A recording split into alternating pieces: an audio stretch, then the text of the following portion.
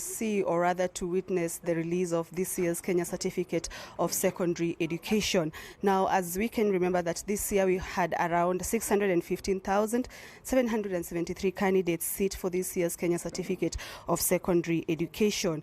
And we're just waiting to see how the students performed, comparing this year's performance to last year. And we can remember that the number of students who got grade A and who attained grade A reduced from about 2,000 to only 141 candidates, and those who scored below D, the grade D and below, were about 52%.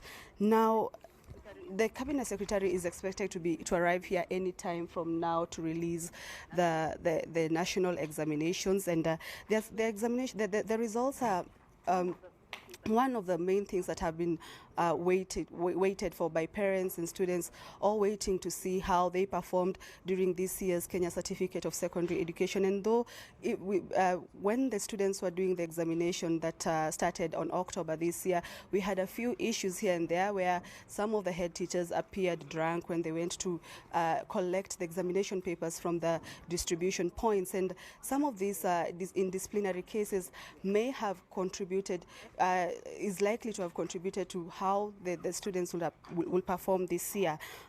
Last year we had around 88,929 candidates who attained grade C plus and above, the minimum grade that the entry level to the universities. And of the top best performing students last year, of the top 20 best performing students last year, 16 of them were girls. And so we're waiting to see how this time round the students have performed with regards to gender, that is female and male. And a Ministry of Education report on KCSE examination performance between 2014 and 2016 revealed that the number of candidates who scored grade A dropped drastically, and this can be attributed to the measures the Ministry of Education put in place to try and stem exam irregularities or exam cheating that was happening rampantly in most of the schools. And this year we also had a school in Nakuru that was closed because of exam irregularities. And this is not the first time that we're going to release the national examinations earlier than it has been traditionally. And so I'm taking you back to see how the 2016 examination results were released. Secondary school head teachers and other stakeholders hurriedly gathered at Shimolatewa High School in Mombasa for the 2016 KCSE results announcement. But the celebratory mood here did not last long after it became apparent that performance had dropped from what was witnessed in previous years. Only 15.41%, or 88,929, scored between A and C+. We had a total of 141 straight A's, 4,645 A minuses. So this nonsense of everybody in the class getting A, please come out of it. Once you get over 50% on your own volition without being helped by anything, in the subjects that you require to do, you can do anything from engineering to medicine to architecture to law. Some private schools posted 212 A's last year, and this year they cannot manage 20. One of those schools actually that posted 212 A's last year, this year they managed 2 A's. Female students performed better than their male counterparts. Only 4 out of the top 20 students countrywide were male. Unlike in 2015, where results for more than 5,000 candidates were cancelled, all 2016 candidates will receive their results, with the ministry saying no irregularities were reported. To achieve this, it says it did things differently. We carefully selected a huge number of people. In fact, you would be surprised to know that this year we contracted a total of 74,810 professionals to work with us in managing the examination, KCSE examination.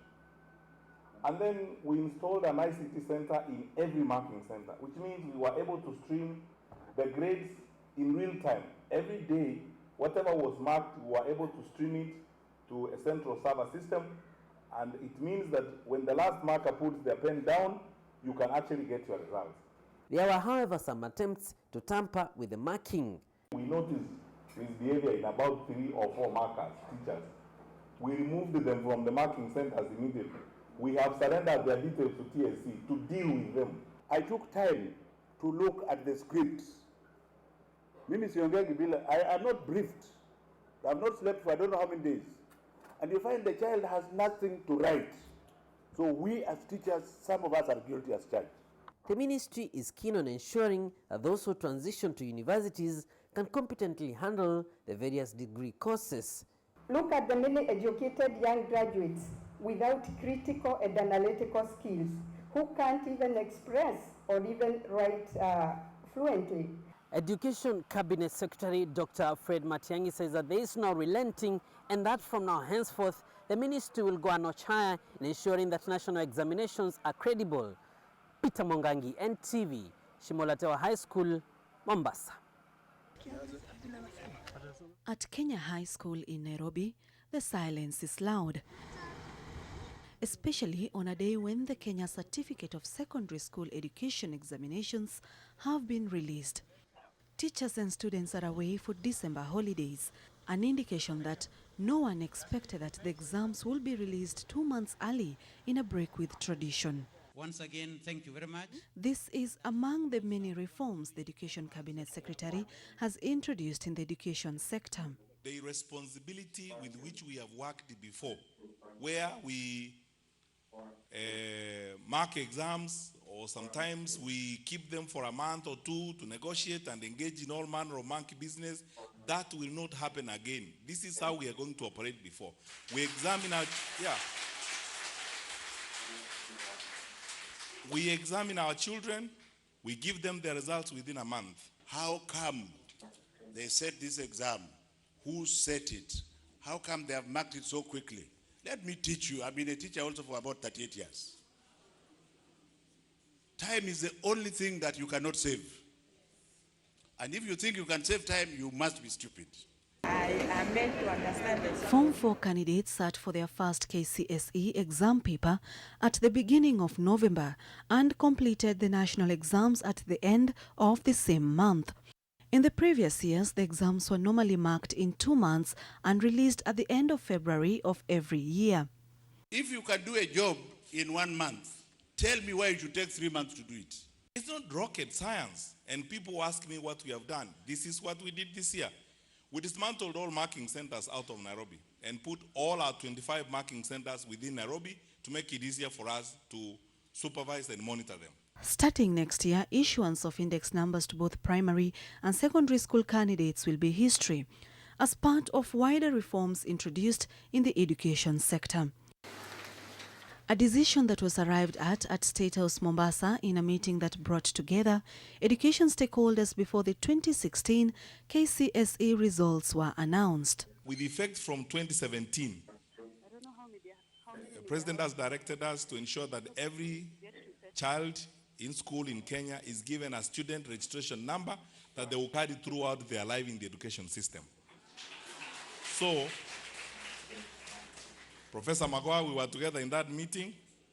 You understood the boss right clearly what he said. We are not going to register anybody with index numbers next year, both Standard 8 and Form 4. We'll give you student registration numbers. That's what you're going to use when you go to university. That's what you're going to use as you move along, so that we can identify our children all along. We have accurate data on our children as we move along and track their progress. And for the first time, the national exams were announced from Shimolatewa Secondary School in Mombasa. In the previous years, the results were normally released at the Kenya National Examination Council premises in Nairobi. This year, officers from the education sector, led by the Cabinet Secretary Fred Matiang'i, were involved in the supervision of the national exams. Sharon Baranga, NTV.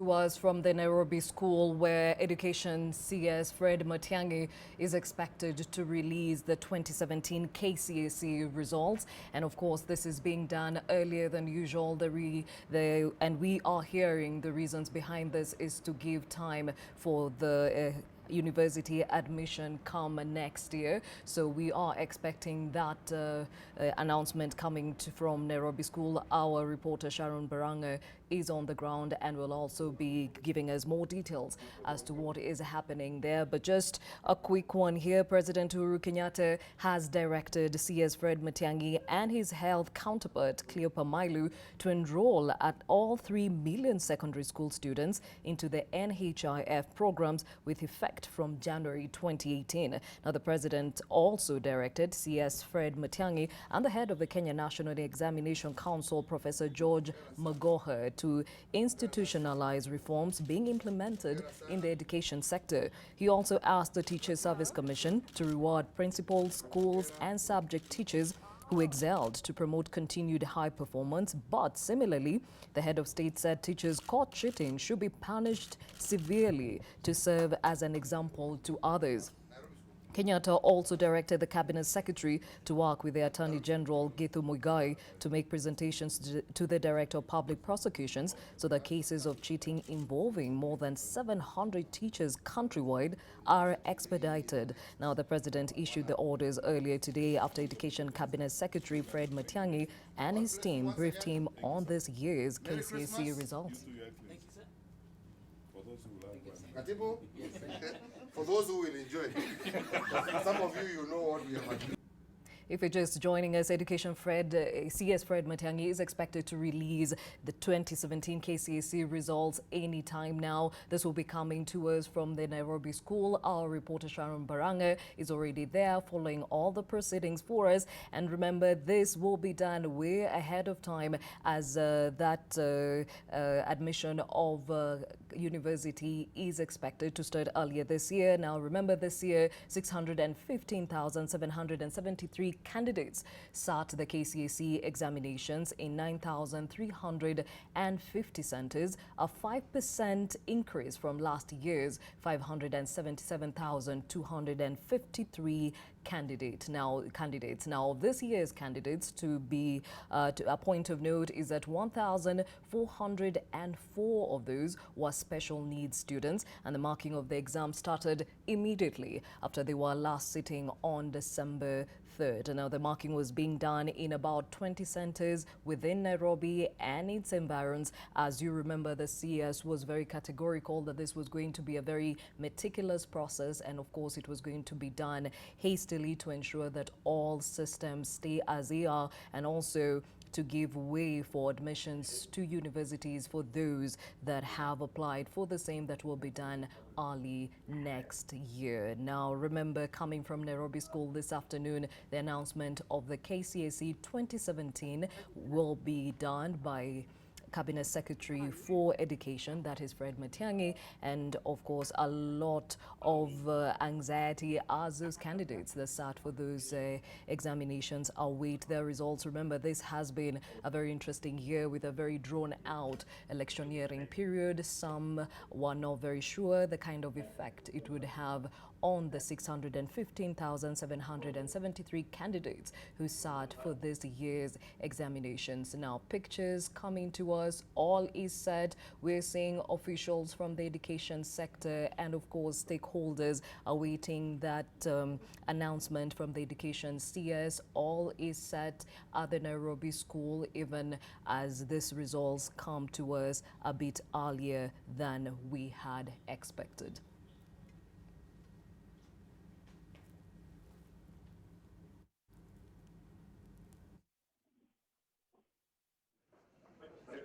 Point of correction, please. Directors, Ministry of Education and Teacher Service Commission. First row. And if there's a spillover, second row. Thank you.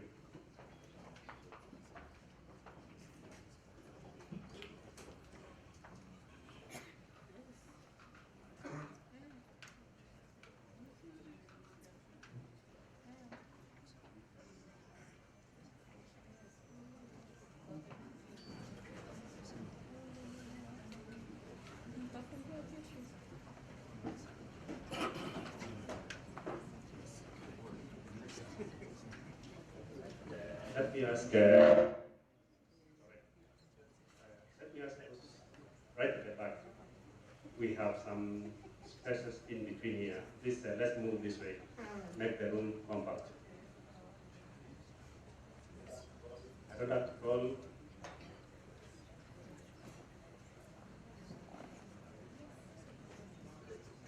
Yes. Thank you, Mr. Mungai.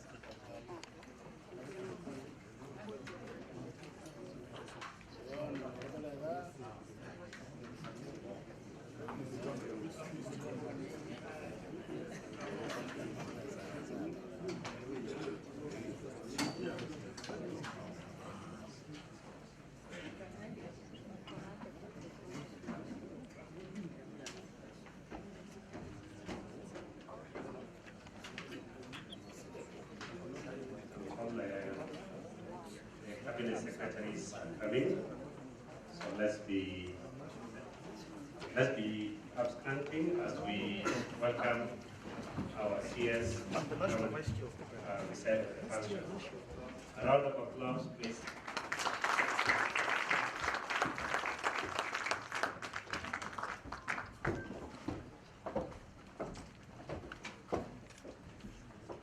Thank you. You may be seated.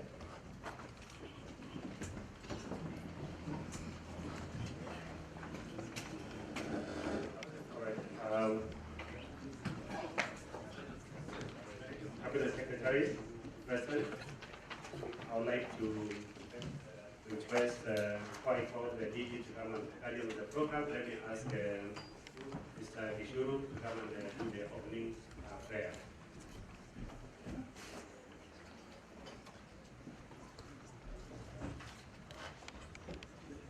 Please let's stand up. Our Heavenly Father, we want to thank you this morning. Thank you, dear God, for this day that you have given us. Jehovah, we are grateful even for this occasion, for this day, dear Father. Remember, Jehovah, to bless our country. We to remember, Jehovah, our Ministry of Education and our Examination Council for the good work that they are doing in this country, dear Father. God in heaven, we also want to commit our children before you. That Jehovah, you are going to bless them and you're going to guide them, dear Father. The wisdom that they require for their future, dear God, we want to commit them before you. Even our teachers in this country, dear God, also want to remember them for the good work that they are doing, oh dear Father. Bless us and guide us, dear Father. Thank you, dear God, even for our readers who are here in front of us, dear Father. God in heaven, you're going to guide them all the days of their life, dear Father, as they lead this nation as they lead their ministries, and even you, be with them, O God. Thank you, King of Kings, for the good things that we have done unto us. We give you glory and honor. In Jesus' name I do pray. Amen. Thank you so much. You may be seated. May I now invite the Director General to come and continue the program.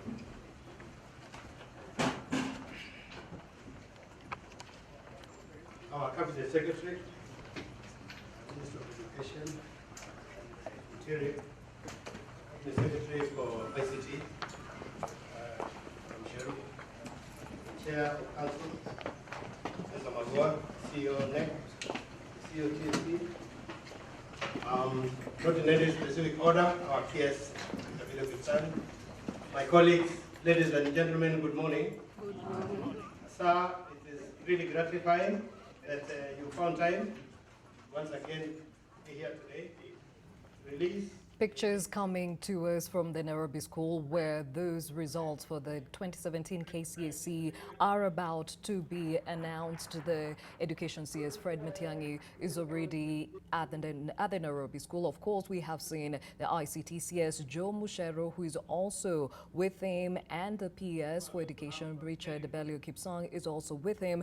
And we also see other stakeholders from the education sector. They're looking forward to the results that will be released in a moment from now. Now remember, this year over 600,000 students sat for these examinations, and this was done in over 9,350 centers across the country. This is definitely an increase from last year's candidates who sat for the same examinations. And just to remind ourselves that last year saw a big drop in the number of students that got their A's, and a lot of questions went to that. And of course, now we cross over to the Nairobi School where the Education PS Richard Bello Kipsang is speaking. Let's listen in. Other CEOs present, our colleagues from the field, our colleagues, council members, importantly the chair, Kenya Secondary School Heads Association, Bwana Indimuli, the chair, the Kenya Parents Association, Bwana Mayo, and all of us who are here today, our friends from the Fourth Estate. We welcome all of you today to this very important function. So important that we would not want to take a lot of time, because we know the anxiety through which our children are going through, our parents, and all those who are out there.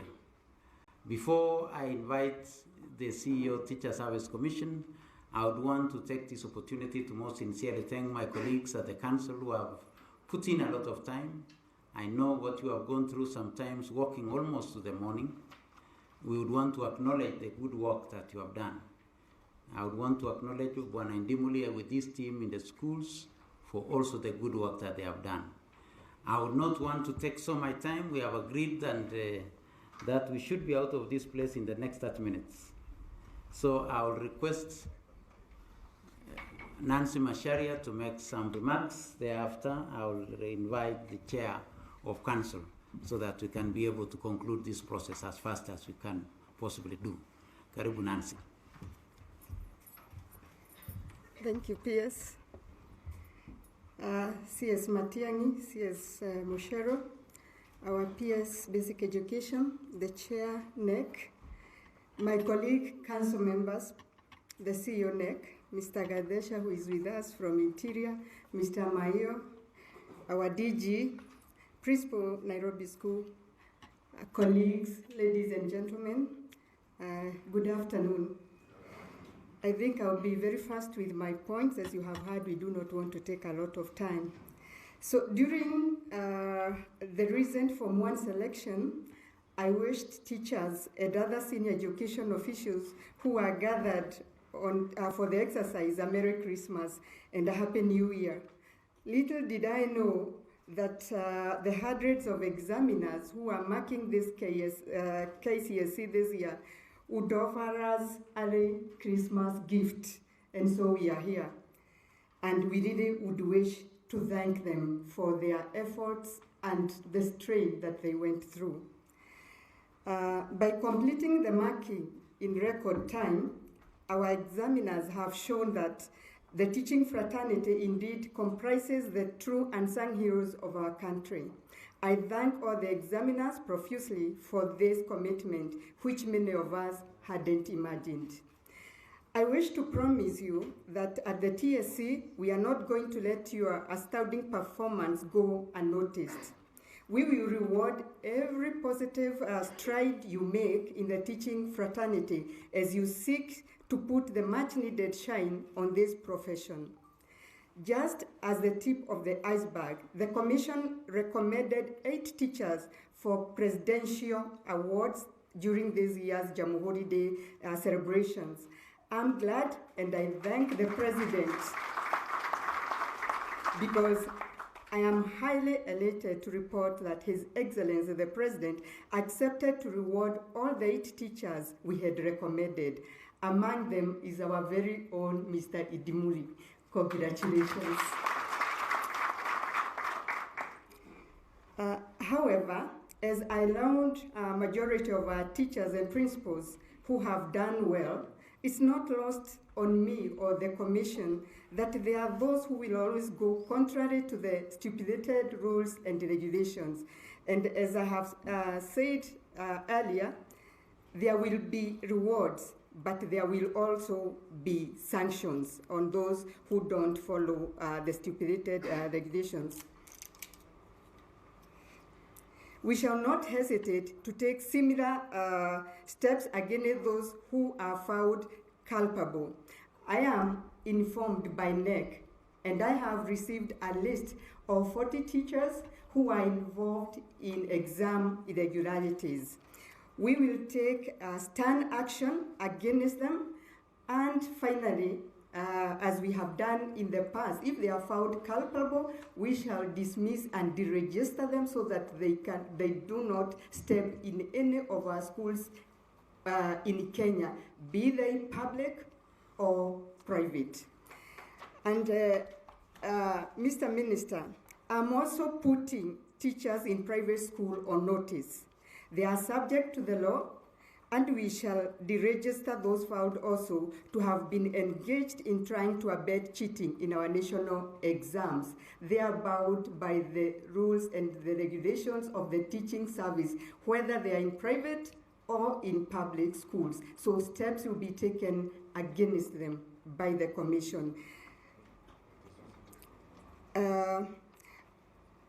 The other issue is that even as we put on notice teachers in private schools, we are also telling the proprietors of our private institutions registered by the ministry that should they engage any of the deregistered teachers, and you have seen that we have been gazetting them, and they are also on our website, so nobody can say that they do not know whether a teacher is deregistered or not.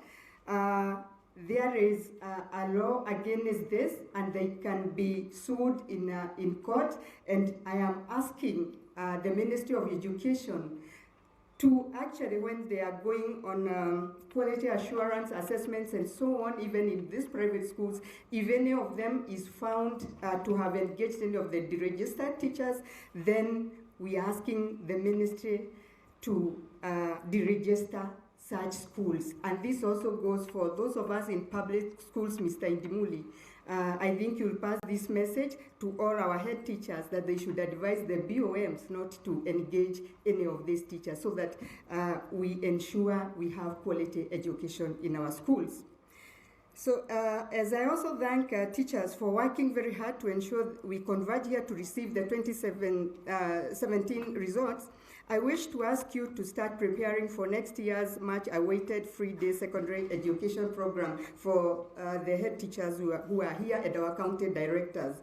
Given the premium the government is attaching to this program, I urge you to pull up your socks and ensure that the increased enrollment does not water down teaching and learning standards in our secondary schools. As principals, you are aware that you now hold substantive positions with the signing of the CBA. Your positions are substantive. You can no longer be deployed back to class. You are CEOs, and you have to perform. The only option, Mr. Idimuli, you have is number one, to perform, and number two, to perform.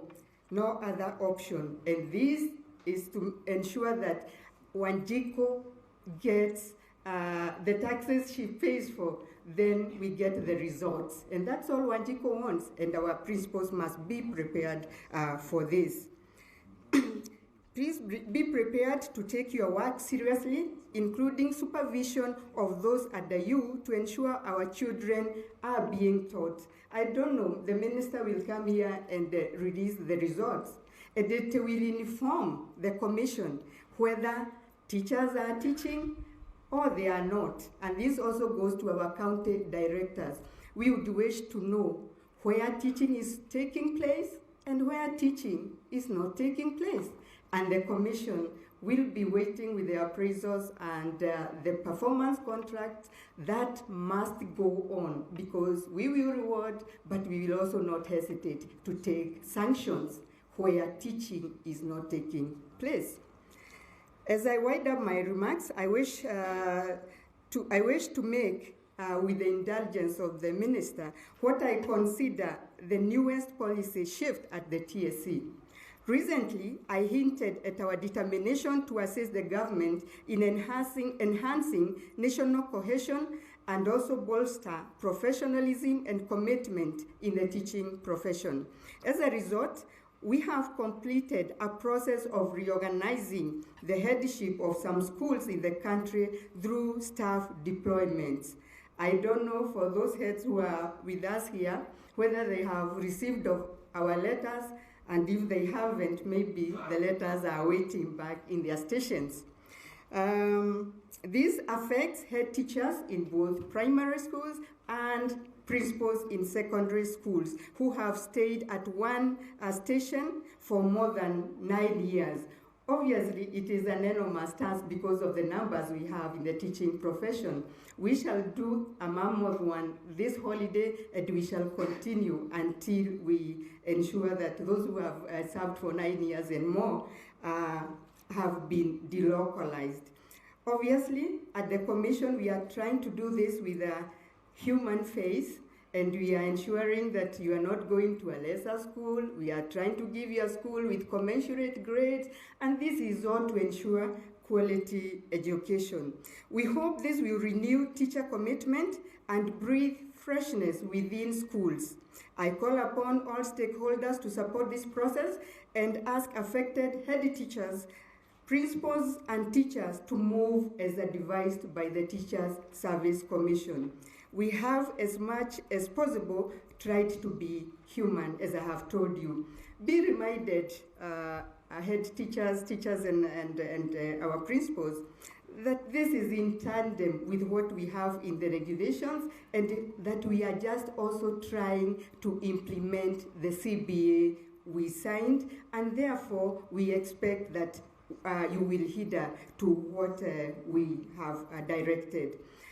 With those very many remarks, I now truly wish you, because I don't think the minister will now be calling us to release other results, a very Merry Christmas, a Happy New Year, and God's blessings as you live here. Thank you very much.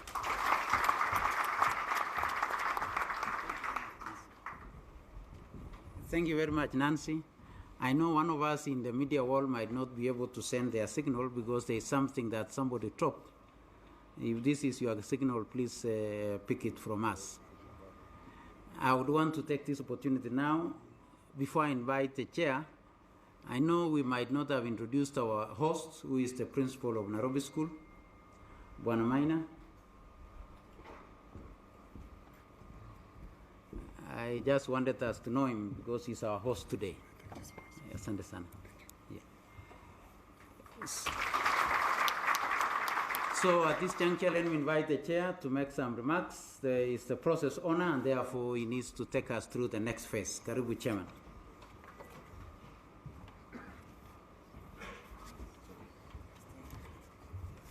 God is good, and all the time. Cabinet Secretaries Fred Matiang'i and my other good friend from the ICT, Joe Mucheru, the gentleman representing PS Interior, Nancy Macharia, CEO of the TSC, our own CEO at NEC, fellow teachers, distinguished ladies and gentlemen. Let me start by asking the Council of Kenya National Examination Council, the members of Council, can you be upstanding to be, that includes even the most, PS, you should be upstanding. This is the only time I can order you to be upstanding. Thank you very much. And I would also want to appreciate the staff from NEC that are here, who are the process owners. Can you be upstanding? Thank you very much. And not to forget the directors from the Ministry of Education who are with us everywhere. I can see some of them, and other members of the Ministry of Education, including Nyanchoga, who is seated very comfortably there. Can you be upstanding to be seen?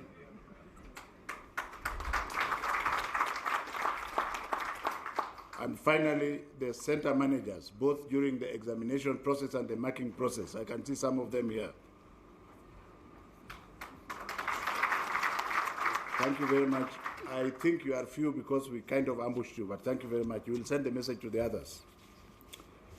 Ladies and gentlemen, let me start by saying very clearly that in order to correct a mistake, you first of all must identify that mistake and accept it before you can correct it, isn't it? And for us, I remember when we were cajoled into joining NEC, we thought we didn't have much to offer, but there was already a diagnosis there, which was examination cheating. And I'm very happy to say that we have dealt with that cheating, and you don't hear about it now. But in the process of dealing with that cheating, we have identified something called early exposure. I'm a doctor, and with all due respect to the other sex, when a lady is in labor, she behaves in a particular manner. And I saw some of my center managers behaving in that manner, very few of them, but they still behaved in that manner, trying to expose papers just before the exam started. And I'm very happy indeed, Honorable Cabinet Secretary, that we are no longer talking about leakage. That is past, and we are talking now about premature exposure. My second point is this. The most significant constant in our process is the child. It is not me, it is not the teacher, it is not the minister, it is the child. Because the child is like a clean slate. That's why even in the Bible, they are going straight to heaven while you are going to the other side. So this child will learn whatever you want the child to learn. And the question I want to ask is, going through our consciences, because I said we should be truthful to ourselves. Are we giving the child what is duly right to him or her? When you see somebody arguing about time, and I want it to be on record that I differ absolutely with people who say that you should not have performance contracting, because it is only what you plan to do that can get done. And you get it into your house. For example, if you earn 100 shillings, if you don't arrange how you are going to spend that 100 shillings to spread through the month, then you will get hungry before the month is over and your children will die. That is planning. It is performance targeting. And we must do it here, whether anybody likes it or not. If we are going to have a transformative change, a teacher must plan and see, if I have taught my class how to multiply 2 by 2 up to 2 by 12, is the child able to recite it back to me as a building block? So when you say you don't want teachers to go that way, then you are an enemy of education. And it should be on record, because we are teachers. You cannot be an expert more than all the other teachers. All the teachers are the same. Are we together? So in order to move forward, you are supposed to plan your work and carry the child through it, and the child will learn. Because the child, as I said before, is like a clean slate. Our job is not to try and expose the exam for them half an hour before the time. This year's examination, unlike last year's, was set by the staff that you saw standing there, along with other subject experts. They took as long time as they wanted. And Mr. Cabinet Secretary, I'm glad to say that now we have got an item bank. So anybody who has any ideas about what exam is coming, just forget it. Teach your children. We have got an item bank, and that process was thorough because the examination was set, moderated, and proofread by them. But the small matter of deciding which one is going to be the next exam, that one, even me, I am not the owner. Ni Mungu ndiye anajua. Tumekubaliana? I don't need to waste a lot of time by going through again the processes that we have now kept. What is worrying me is one thing: how we have to institutionalize what we have put into practice and proved successful. I'm not worried whether children perform bad, moderate, or good, because that is going to come. Like I've told you, you start teaching your children the way you are supposed to teach, they will fly. Because God was very kind, ladies and gentlemen. When he was dishing out intelligence, he did not look for people who have suits and wearing spectacles like me. He gave it to everybody, including the person who are looking after my cows at home, in equal measure. So if you teach, you will see that admixture. But when you only see children from X school whose fathers are driving cars, no, there's a problem. I would like to say without any fear of contradiction, ladies and gentlemen, that you cannot be truthful to somebody. First, you must be truthful to yourself. Second, you must be truthful to your God. Then you can be truthful to somebody else. Secondly, the world is full of choices. I have chosen to be here. Nobody can make me to be. I have chosen, as Professor Magoa, to be here to serve our children. And you remember, there is a lot of pride in serving our children. Most people think if you have a lot of money in the bank, you are happy. But I get happiness, even though I didn't like it. I get a lot of happiness serving children who are poor, because I'm about to go. And God will ask me, when you are there, what did you do? I say, Angalia wale watu, those children, I think I made some difference in their lives. So if you teach children to be untruthful, you are as guilty as them. And Bwana CS, I want to thank you, including His Excellency the President, for allowing us to work without interference, because that is why we have worked. We have been allowed to work without interference from anywhere. And if you teach a child to go and cheat, that child shall be punished. And just to give the example of the 5 that we removed from the examination process before the examination got completed. Now the teachers who encouraged them to do that I think I should say shame on you. But having said that, Mr. CS, I would like to state that, first of all, we did not have hitches with regards to the examination process, with regards to the transportation, storage, and back. And this is because of involvement of certain agencies of government. And I would like to start with the most important constant at that time, who was the center manager. And the great majority of our center managers, you saw several of them removing their shoes and crossing the river with the examination papers on them. So, to all the center managers that made the process possible, I wish on behalf of NEC and by extension government to thank you for your dedication, because you are telling people that this can be done.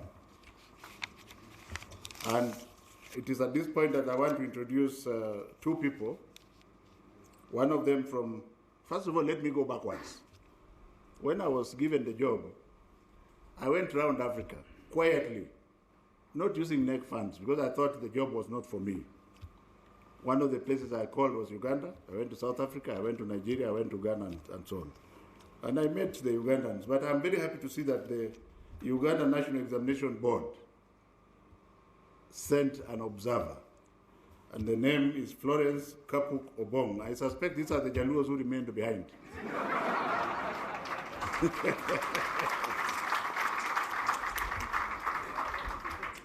And the other one from the Examination Council of Zambia is Mrs. Munsanka Chikuba. This other one, yeah, you can see the beautiful lady there. This means that we are on track. So for those who believe that a prophet is not known in his home, the foreigners are already seeing, and there were many others who wanted to come and observe, but we said perhaps for this year we just have to. I would want also to go to the government, in particular, the Ministry of ICT headed here by the most humble CS who opened a container at one of the places I was watching before 6 o'clock. He was there somewhere in Kambiamoto. But I'm thanking him because he gave us a battalion of people who are capturing data this time. And when I CS, we did not have any problem with any of those people. Thank you for preparing them, and our thank you should go to them. We then want to thank the Ministry of Interior, who I think is covered well. My actual boss is also the acting boss of the Ministry of Interior, but I only see him as the Ministry of Education. So now, sir, we would want to thank the Ministry of Interior, headed by you, along with your peers, for the total commitment of all the agents, including the special agents, but more so the Kenya Defense Forces, for getting us out of the toilet, because there was a time we were unable to move exams in the northern part of Kenya. And I think you picked your phone and spoke to General Mwatete, and before we realized we had military helicopters for several days, and therefore the examination was done on time. We have not taken this for granted, and we wish to thank you, and you should carry our thank you to the Department of Defense.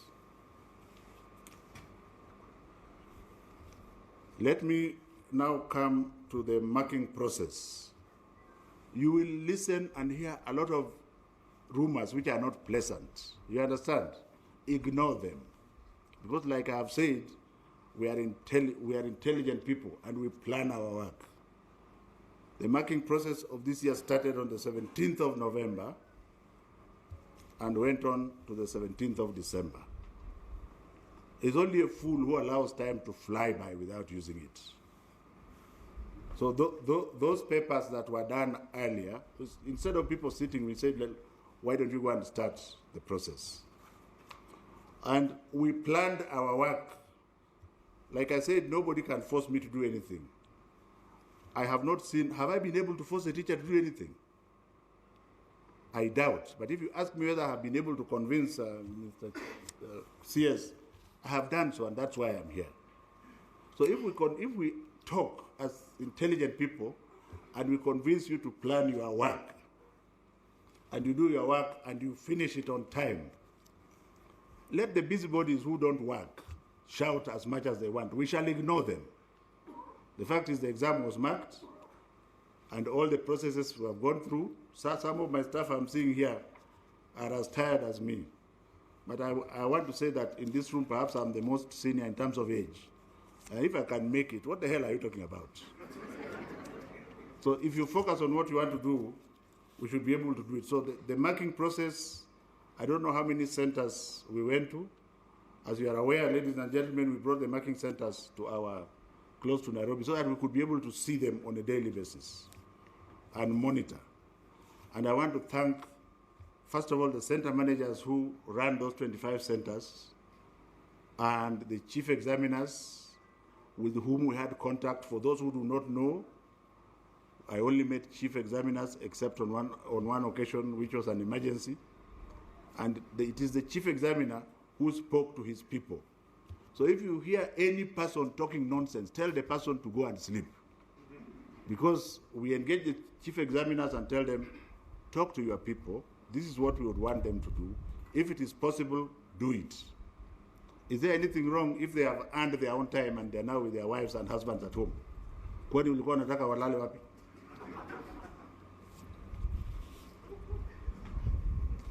Ladies and gentlemen, like I said,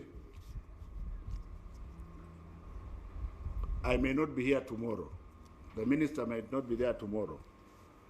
You will still be there, the people who are at NEC. 1% of you are still doing their own things, and we know you, but the majority have been transformed. I can see Mr. Mutisia there, who's a very excellent officer. Just stand up, let me see you again. I can give my life to this guy. And this one who looks like Al-Shabaab, you stand up. That, sir, this guy can work for 40 years. Yes. Yeah, even on your wedding day, please sit down. So my charge to you, as an old Starahian, is to ask you to ensure that if we agree that the child is the most important constant, you must then ensure that the child is given justice by you making sure that even if I was to join my ancestors now, and God forbid, but if I was to join my ancestors now, you don't slip back to the status quo ante. Are we together? I want to finally thank the government of the Republic of Kenya through the connivance of my CS Fred Matiang'i and His Excellency the President, who thought that I had something to offer.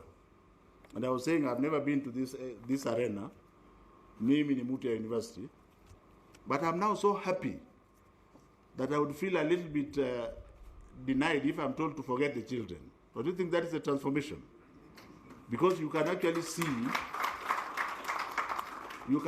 see the difference in the children between last year and this year.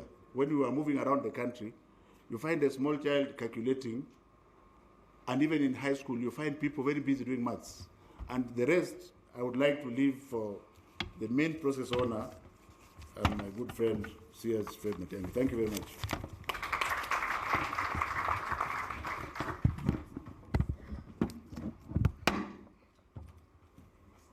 Thank you very much, Prof. Usually when we are in our council meetings, he will say as is. Some of us who might be more diplomatic would want to re-engage him, but he would still say as is. I think we are able to release these results this fast because other than the human contact and ourselves who have been in this process, our biggest investment has been on ICT. And our biggest power force behind our ICT work has been our CS himself, Joe Musheru.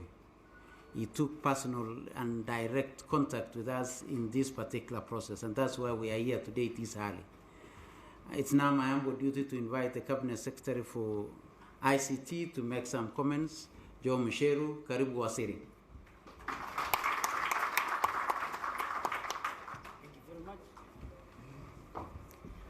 Asante sana Dr. Belio Kipsang, my colleague, Dr. Matiang'i, the chair of NEC, good friend of mine, the CEO of both NEC and TSE, the DG, Gadesha from Interior PS, and our host, the principal of Nairobi School. Good afternoon, everybody. Mine is actually going to be short because I know everybody right now is waiting to listen to Dr. Matiang'i as he presents the results. But first I want to remind him that this battalion that the chairman is talking about of ICT officers, these are the Presidential Digital Talent Program that we have. This battalion was actually started by you when you are at the Ministry of ICT. And I'm sure you are not aware that you would be needing them in the Ministry of Education. So it's always good to start these projects and be able to work with them. And I want to take this opportunity to really thank them for the commitment and the time that they have put to ensure that, especially this year, there was not even one query. You know, before they were not 100% sure of what was required. Now it is working. And one important thing to note from that is that technology is not only machines, it is also people and the quality of people. As we expand and as we continue to increase the use of technology, the demand and need for people and the skills that they have is also significantly increasing. As we were discussing earlier, Waziri, we have now gone through the process of marking. We've accelerated that. It is a lot faster. People can now enjoy their Christmas, knowing where they are going, knowing that they have their scores. But now we're going to go even further. We're going to upscale this technology. Now we know what your results are. We have all that in databases, across the ministry, at NEC and so on, which means your certificate is available electronically for anybody to be able to confirm that it is true. So even faking out there that these were your results, even that is going to begin to disappear. Because we want to ensure that we continue to use technology to make our lives better, easier, and faster. It's great to see that other countries are now here benchmarking with us on some of the implementations that we're putting to ensure that we have the right methodology and skills, that the students, whatever scores they're getting, they're the real scores, and so they know which way they're going. It's important to note that within the sector, ICT is continuing to grow, and I was just sharing with the CS earlier that today in Westlands, we have some young people who are currently working on technologies for companies like Amazon, who are using drones to deliver parcels in the US and in Europe. They're using our young people here with their skills to be able to tell those drones what they're seeing. The drone goes, it has a camera, but it's not always sure what it is seeing. So we have young people here who are identifying and providing skills for these drones. Others are doing the same for the driverless cars. Others are doing the same for fashion and others. They're able to look at what someone is wearing, and then they can describe this is summer and so on for the Europeans and the Western world. So a lot of the skills that we have that are coming out of our schools are now being used even in the cutting edge across the world. And it's our intention to make sure that every young person is going to be able to use their skills to be able to earn a living and to make a difference. One of the key challenges that we are facing is how we then start rating these young people, these skills that we have, because some of those skills are not even in the schools, they're not being taught. We have over 80 international companies that are using people here or youth here in Kenya to be able to come up with all these new technologies that they're deploying, and then we're buying. But how do we rate them? This is something we're looking at. We've been discussing this in our industry. Many people have called it the practitioner's bill. we're looking at ways of making sure we can rate and work on these skills. And we believe that working with the ministry, we're going to be able to find a way of ensuring these skills continue. Let me congratulate you, especially through the ministry and all the teams that have really worked hard to ensure that this year we're even 9 days earlier than last year in the release of these results. I know everyone is anxious to get these results, but if you go back, it used to take months and months to get them. So even a few minutes shouldn't be too much of a problem for now. You will get the results, you're getting that on SMS, you're getting it instantly. During my time, we had to go to the notice board to check what you got. We have moved, and Kenya is moving. We're actually going to a place where we're going to be the same as many other countries. You know, the Western countries where you do an exam and in 48 hours you know what your results are. So it's not surprising that as a country we're moving and fulfilling the pledge the president made. The president said we're going to digitize Kenya, and Kenya is going digital, and we're going to see a lot of transformation. This is an example, and in many cases it's not easily seen, but this is one thing that is helping us. So with those few remarks, let me let the CS now come and give his remarks, and wish you all a Merry Christmas and a Happy New Year, and let's continue being digital. Asanteni sana. Thank you very much, Wasiri. CS, as we invite you, allow me to say one or two things. And using the words of our chair, usually he would call you our field marshal in this particular process. But this year, I think it was a different year. One is that we did 2 elections. Thereafter, we've done 2 exams, one for KCPE and the other one for KCSE. And I can tell you it's not very easy for one cabinet secretary to oversee such a number of activities and in the environment in which we were in. So on behalf of my colleagues in the ministry and on behalf of my colleagues at the council, we would want to most sincerely congratulate you and thank you for the leadership that you provided in these 2 ministries, which in themselves, I can say for sure, having been in one of them, I cannot talk for the other. Kateja is here on behalf of his peers, that it's not a cup of tea doing things in 2 of the biggest ministries that have direct contact and direct impact on Kenyans on a daily basis. With those remarks, now it's my humble duty to invite the Cabinet Secretary to now take us through the most critical phase of this process. Karibu Wasiri.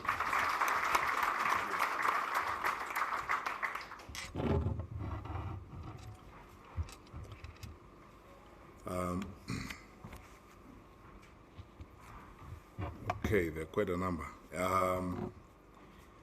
My brother and my friend, my colleague, the Cabinet Secretary for ICT, Mr. Joe Musheru,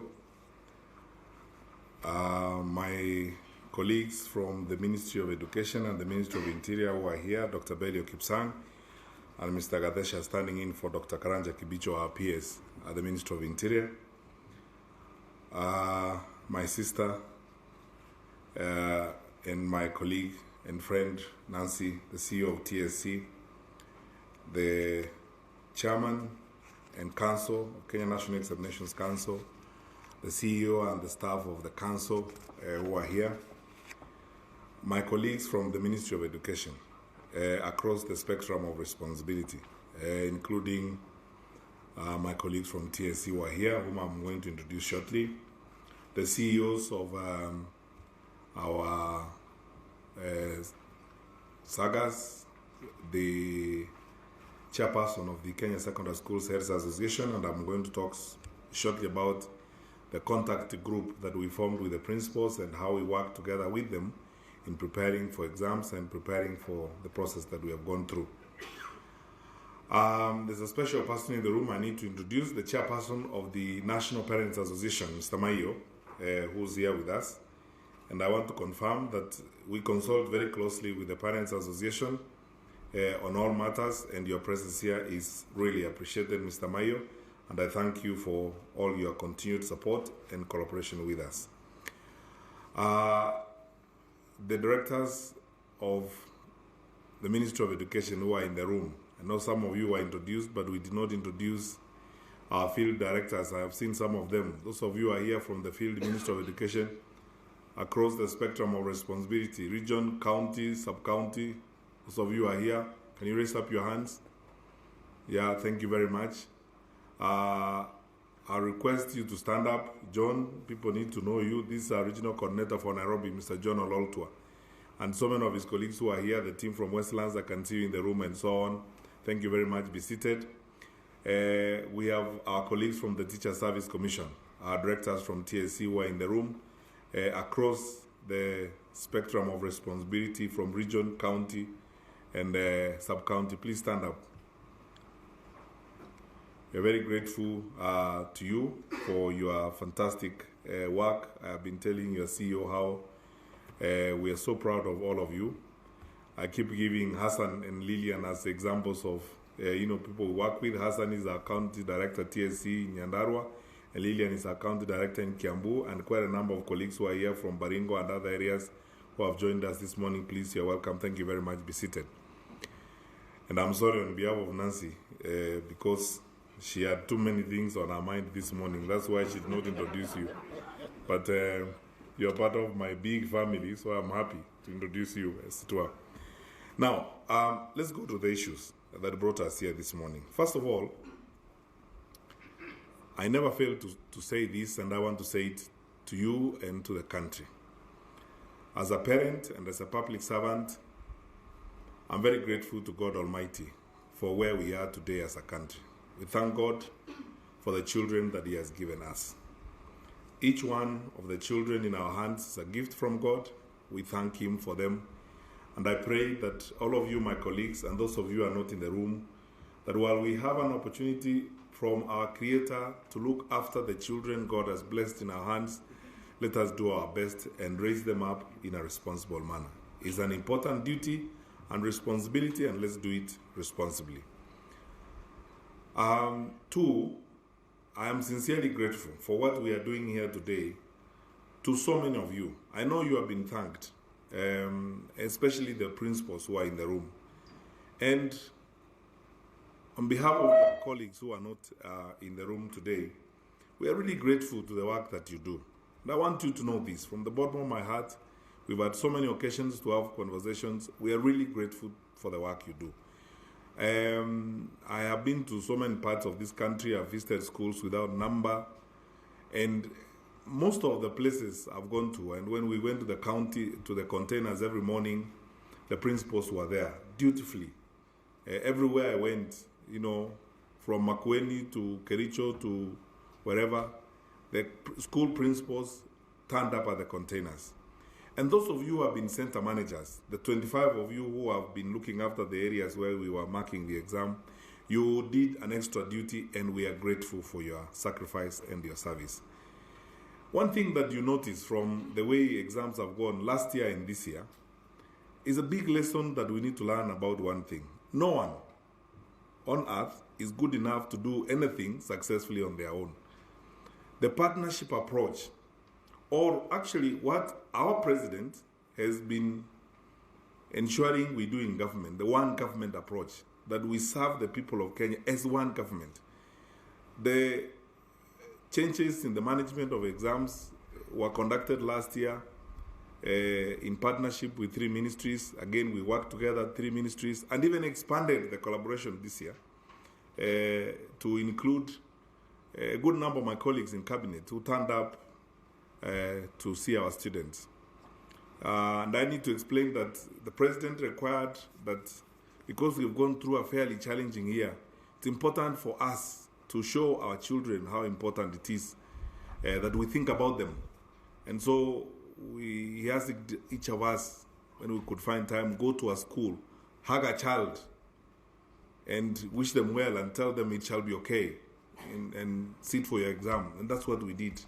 across the country. And I'm grateful to my cabinet colleagues. I'm very grateful to the Inspector General of Police and to the CDF, General Mwatete. In parts of this country, we could not move exams without the support of the Kenya Defense Forces and the National Police Service. And both the Inspector General and the CDF were very helpful to us. I am so grateful to my colleague, CS Rachel Omamo, the Minister for Defense, that she and the CDF stepped in, and we did not have a hitch at all, as Professor Magoha said. And all that was made possible because of the collaboration we enjoyed across government. And I think the President's one government approach is the right way to go. We work better, we do more, and we go far when we are together, when we collaborate. You have seen how much we have been able to do by working very closely with our colleagues at the Ministry of ICT and embracing technology and consulting one another all the time with my colleague CS Musheru and his huge team. I'm grateful to all of them, and please CS pass our sincere appreciation to PS Victor Chalo and the team at the ICT Authority and everyone else we have been working with. We are so grateful to you. I thank NEC, Professor Magoha, and the team. We are grateful for your sense of focus and commitment. We would not have come this far without your support. I always reserve this for the last, and for two reasons. One, so that I express it very candidly, and second, so that I can also do my duty of communicating the President's appreciation to the Council, to all of you principals who are involved. On behalf of the President asked this morning when he received the report on this year's exam that I said this to you, that he sincerely appreciates the work you have done. And I know, and I can report here, that he's personally written to a few of you, personally, appreciating some of you principals for the work you have done. So some of you principals will probably receive a personal note from the President himself, appreciating the work that you do, and especially those of you principals whose schools have continued to do well and have shown a measure of consistency in what's going on. And even as I do so, I sincerely appreciate the strong leadership the President has provided to us.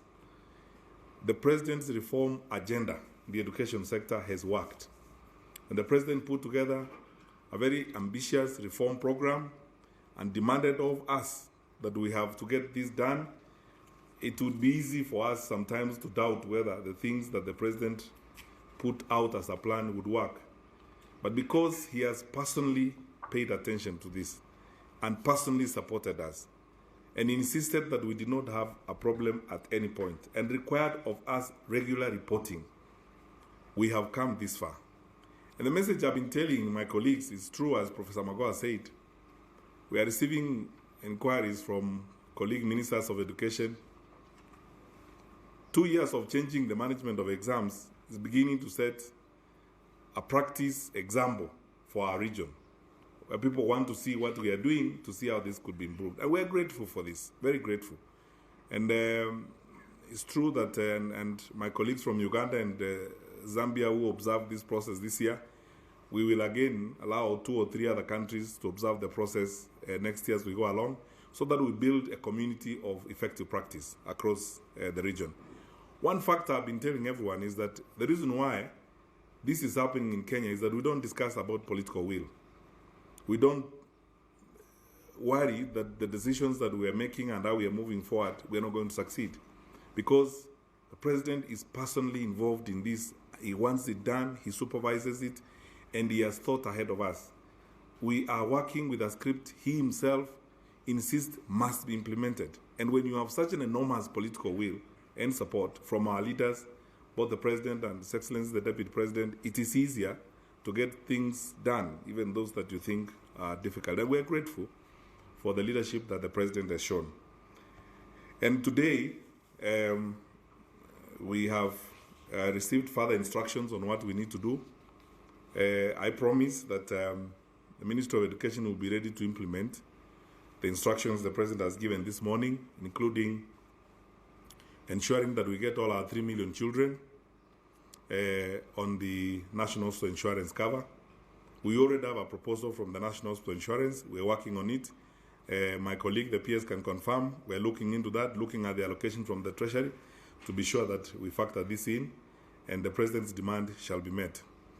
Two, the President has demanded of us to ensure that we deepen institutionalization of what we are doing so that the reform program he has spearheaded becomes part of our institutional framework. We had a brief chat this morning with the executive team, and we will shortly put mechanisms in place to ensure that we deepen this. What this means in practical terms is that our colleagues at NEC, you've got to be prepared for some more changes. I will personally be interested in, as we move forward, that we relook at our systems and make them even better. And many other things which we will discuss later, so that we can pursue His Excellency the President's demand of ensuring that we now build institutions, that this becomes part of our way of life, that is not tied to individuals as we go along, that this becomes the way of life in which we live in Kenya. Now, to the exam 2017, and I will actually be brief because the entire of my release report, or the report for releasing the exams, will be circulated electronically. I don't have to go through the whole report because it will take a long time. And we will be available to engage, at all times. First of all, NEC will have a desk at the offices in Caledonia for any inquiries or any issues to be addressed there. So if anyone has got issues that they think need to be addressed, they can be addressed there. One issue that I lastly want to comment on before I go to the statistics and the information is that we have noticed this year a very, let me be honest, frustrating and desperate attempt on the part of some teachers to prematurely open exams and engage in malpractice. 40 teachers from 2017 are facing disciplinary action, including principals. And we asked ourselves the question, how is it that when you know how stringent the management regime is now, why would you take the risks that you are taking? Because you know you could go to jail, or obviously you're going to lose your job in the process. And let's speak to each other candidly. It's because A, some of our teachers are not teaching, and therefore the exam time becomes a desperate time. So you want to go to whatever extent, even to the despicable extent of seeing a paper for only 30 minutes, because the difference between the first and second paper was probably 1 hour. So even if you open it, by the time you take a screenshot and send it, that's probably about 30 minutes or so. It's not going to help anybody.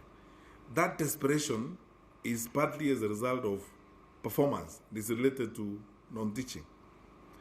And of course, bad habits, some of which have not gone away. In some cases, we acted sternly. And I have no regret about it. We deregistered one school. And I want to say to Nancy, because you asked this question, I want to confirm to you, any private school in the country that will hire a teacher who is not registered, or one of those teachers who have been deregistered, will actually be deregistered without cause. We will do so promptly. We are acting firmly in defense of our children. There are certain things we will not accept. And then we have to be clear with each other. On this one, we will act without mercy. We cannot compromise on the future of our children. And we will pursue these cases. We have also realized that because the process of dealing with these disciplinary cases from the point of view of criminal prosecution is not fast enough, you have, offending colleagues who believe they can get away with it. For example, the 700 cases of examination cheating in 2015 have not all been sorted out. And so, 3 weeks ago, we formed a multi-agency task team. I was with Professor Magoa and Mercy when we met the Director of Public Prosecution, the Director of CID, all the legal teams involved. And this morning, it's good that the President directed the Attorney General to ensure that all those cases have been handled, and we will submit the report of all those cases, 2015, 2016, and even the 40 cases of 2017, so that they are all dealt with before we begin another examination cycle. Because that is how we make the point, that there are consequences to misbehavior, as it were. And we will work in that kind of manner as we go forward. During the KCSE 2017, we noticed a significant improvement in some subjects and a significant decline in others. I need you, good people, to know that about 31 subjects were examined, a total of 76 papers, and we deliberately ratcheted up the numbers. We increased the numbers of professionals we hired to handle the exams up to 80,000 in 2017. The examiners themselves, we increased the number by 4,000, because in 2016 we had 16,000 examiners.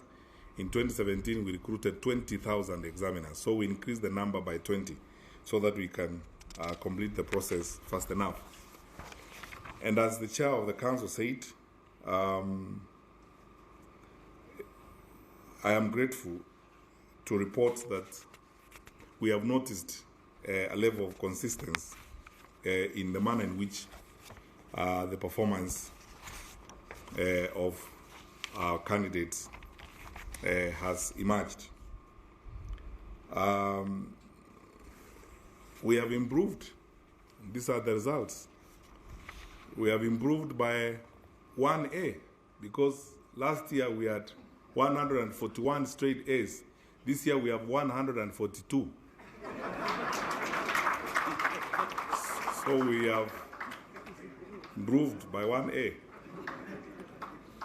However, I have noticed, and we all observed, a decline in the number of A minuses. In 2016, we had a total of 4,645 A minuses.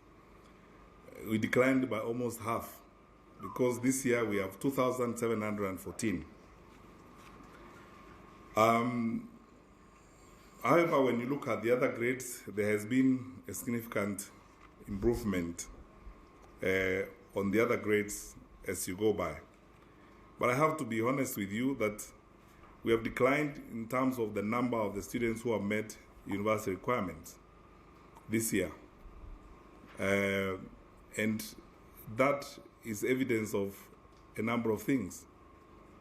I forgot to tell you that after the examination in 2016, we sat down with the principals and we agreed with them that we are now going to work with them on the exams, so that if there are any process issues, they are raised up front.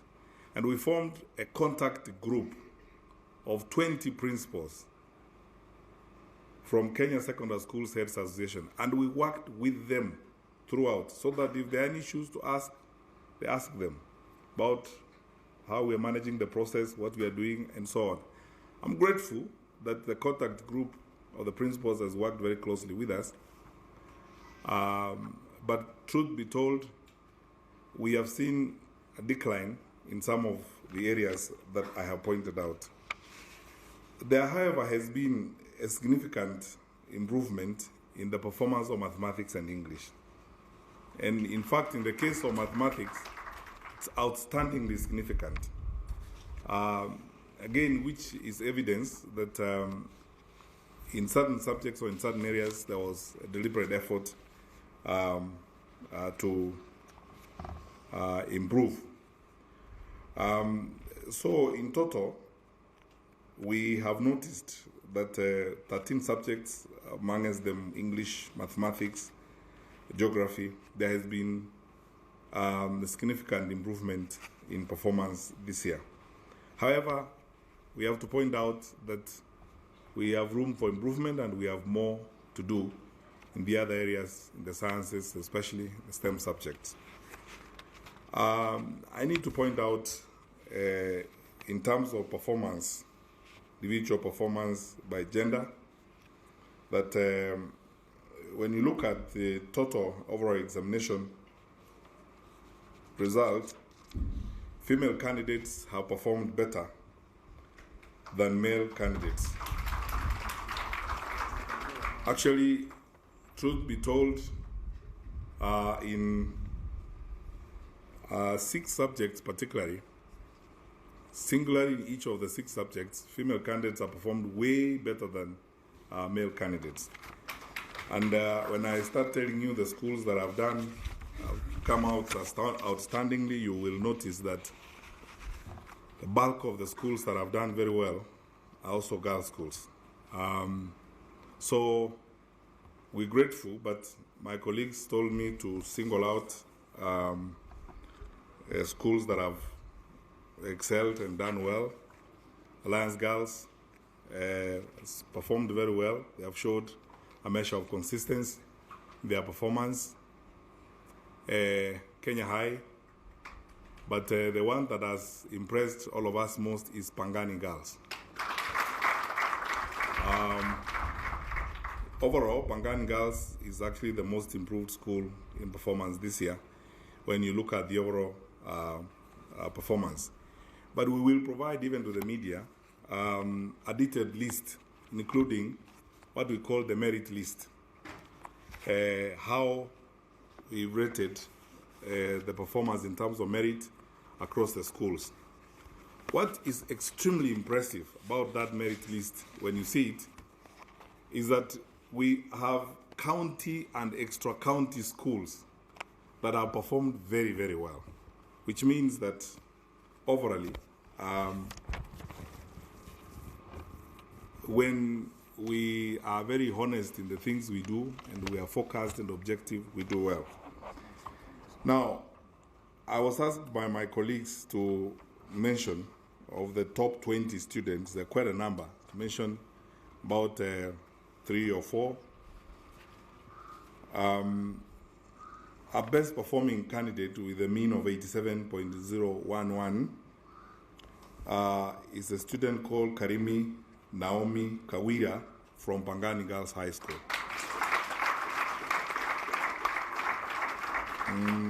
Followed by a candidate whose mean is 86.830. This is Sharon Chepchumba from Moi Girls High School, Eldoret, Northern District. Kamau Brian Minor, 86.757 from Alliance High School.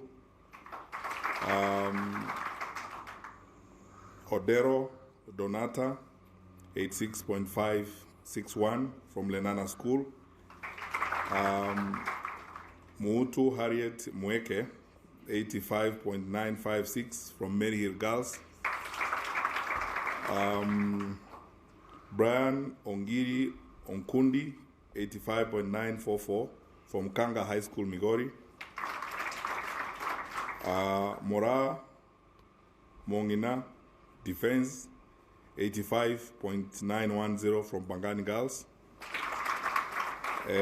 Mwatate Emily, 85.883 from Pangani Girls again. Wahome Sheri Wanjiku from Moi Girls High School, Eldoret, followed by Omondi from Maranda, followed by Akinyi from Kenya High, Wanda Kenya High, Shikuku Mari Kenya High, Yusuf Ali Stare Boys Center, Moi Girls High School, Eldoret again, Light Academy. And the list continues. We will make it available to you.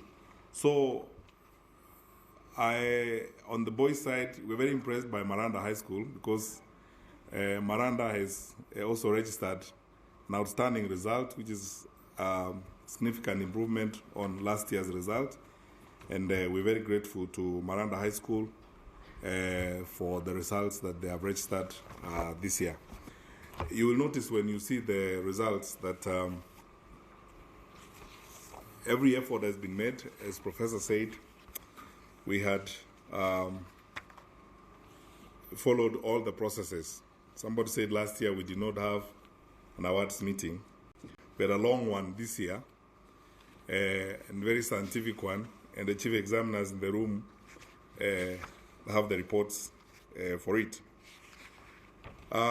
Lastly, which is something that no Minister for Education would like to do, is that we have decided to withhold the results of 10 schools because we want further analysis of the scripts from those 10 schools. Our examiners, including our chief examiners, noted clear evidence of collusion. But because I know people are going to come up and ask us to prove further the decisions we have made on those candidates, we have asked for more expertise. We'll compile the report and we'll be ready to provide a report on those 10 schools on 18th of January. Some of these schools, one of them is a school we deregistered, private school we deregistered because of the challenges they had. And one or two of the schools have engaged in very frustrating malpractice. I want to narrate an experience. This is the conclusion. In one school in this country, in Rift Valley,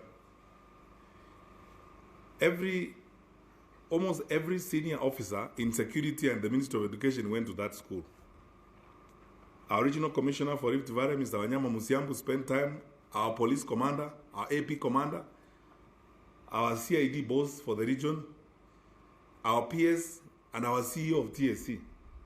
We spent so much time in that particular school because of the pressures and the problems we had with that school. And at the end of it all, the evidence we have about the school, if we were to be heartless, would be to completely just dismantle the school completely. Because the kind of things they do and they have been doing over the years are completely unacceptable. We have taken very drastic decisions. I have asked the Director General to dissolve the board of the school immediately because it's a public school.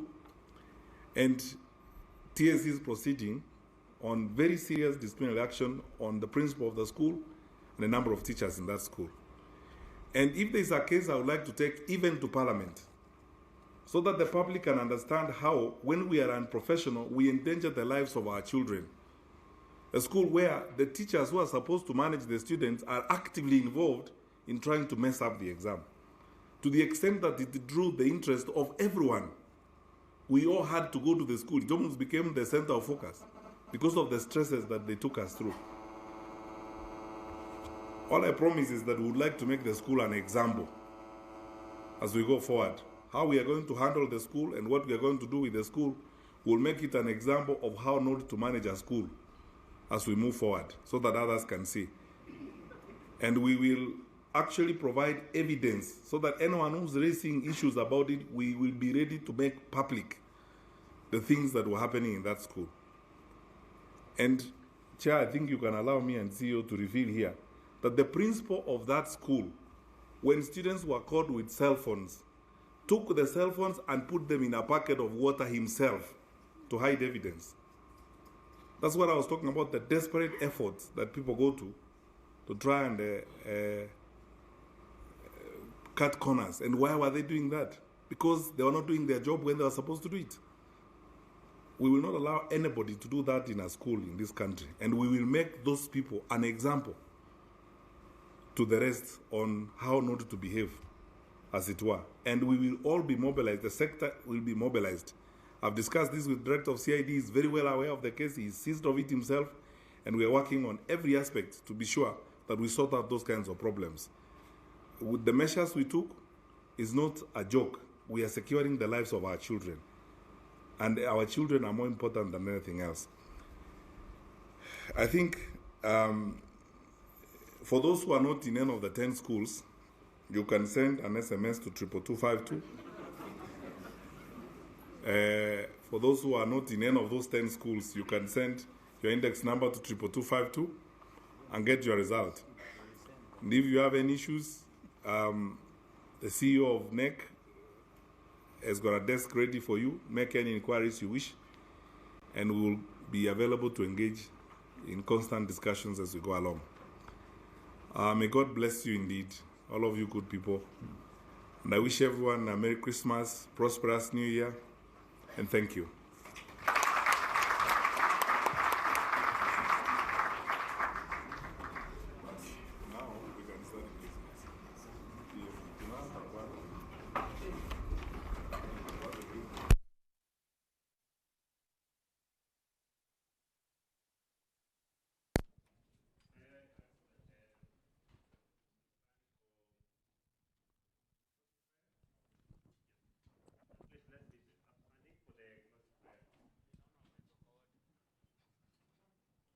Heavenly Father, in the name of Jesus, we thank you, Lord, for this function.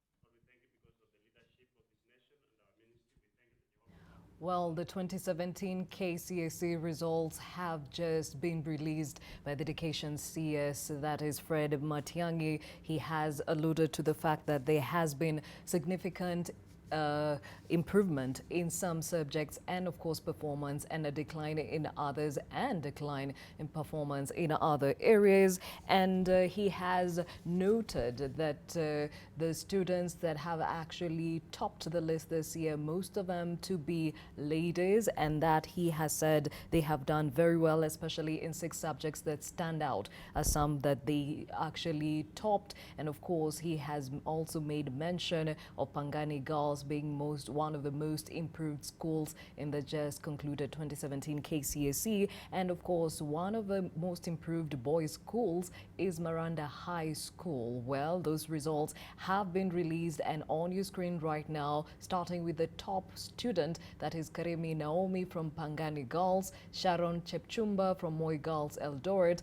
Kenani Maina from Alliance High School, Odero Donata from Lenana High School, Harriet Mweke from Mary Hill Girls, Brian Ongiri from Kanga High School, Mora Mongine from Pangani Girls, Motate Emily from Pangani Girls 2, Wahome Wanyiri, Moi Girls Eldoret, and of course Omondi from Miranda High School. Those are the 10 top students who did exceptionally well in the just concluded 2017 KCSE, and those results have just been released from the Nairobi High School by the CS for Education Fred Matiang'i. And just a point of note is that there has been an increase of straight A's this year by 1. Note that in 2016 we had 141 students getting straight A's. This year, 2017, we have 142 A's. He also made mention of the fact that there has been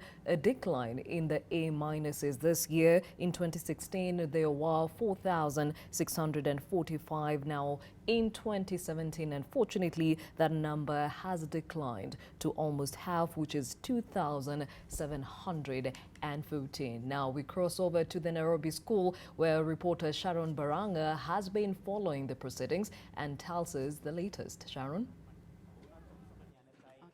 Thank you so much, Gladys. We're still at Nairobi High School, where the Education Cabinet Secretary Fred Matiang'i has just released the 2017 Kenya Certificate of Secondary Education. And just like the Kenya Certificate of Primary Education, girls, or rather female candidates, have performed exemplary well compared to the male candidates. We've had candidates from schools like Pangani Girls High School and Kenya High featuring in the top 20 best performed students. And last year we also had 16 girls featuring in the top 20 list of the best performing candidates. And it is not yet clear why girls are performing well compared to their male counterparts. But I think that is another subject that the education stakeholders are going to look into it just after the release of these exam results. And the Cabinet Secretary Dr. Fred Matiang'i also announced that we are going to have 10 schools who are not going to be receiving their results for this year because they are still being investigated for examination malpractice. According to Dr. Matiang'i, these schools are going to be deregistered. He found that they were involved in examination malpractice. We also had another school, a private school from Nakuru County, that was deregistered when students were still sitting for the Kenya Certificate of Secondary Education. And so had a slight improvement in the results of the Kenya Certificate of Secondary Education. Last year we had 441 A's, and this year we only have 142 candidates scoring grade A, and we also had a decline in the students who scored the grade of A minus this year, and last year we had about 4,645 candidates scoring A minus, but this year we have 2,714 candidates scoring A minus and above. And according to the Education Cabinet Secretary, the number of candidates who scored the minimum grade required for university entry, that is a C+, has also declined. And the Cabinet Secretary has not mentioned about the number of students caught to have participated in examination irregularities. But what we know, the 10 schools that are not going to be receiving their 2017 KCSE results are going to be investigated, and perhaps you're going to have students who are going to have their results cancelled.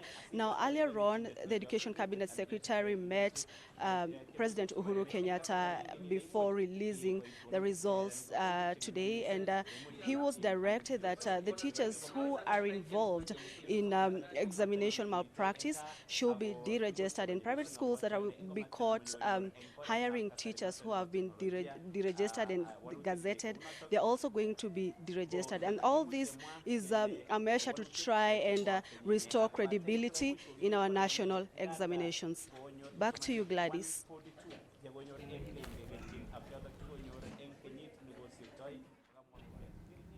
Well, Sharon Baranga speaking to us from the Nairobi School, where the KCSE 2017 results have just been released by the CS for Education Fred Matiang'i. And as she has mentioned there has been an improvement in the number of A's that we see this year, but just 142 straight A's is what has made it to this year's KCSE results. And of course, there has been a significant decline in the A minuses from 2016's 4,645 down to 2017's 2,714. There has also been significant improvement in other grades, and decline in number, and unfortunately a decline in the number that made it to that made university requirements. This has also been a concern for the CS, and he has also mentioned there has been improvement in performance in mathematics and English, and actually 13 subjects have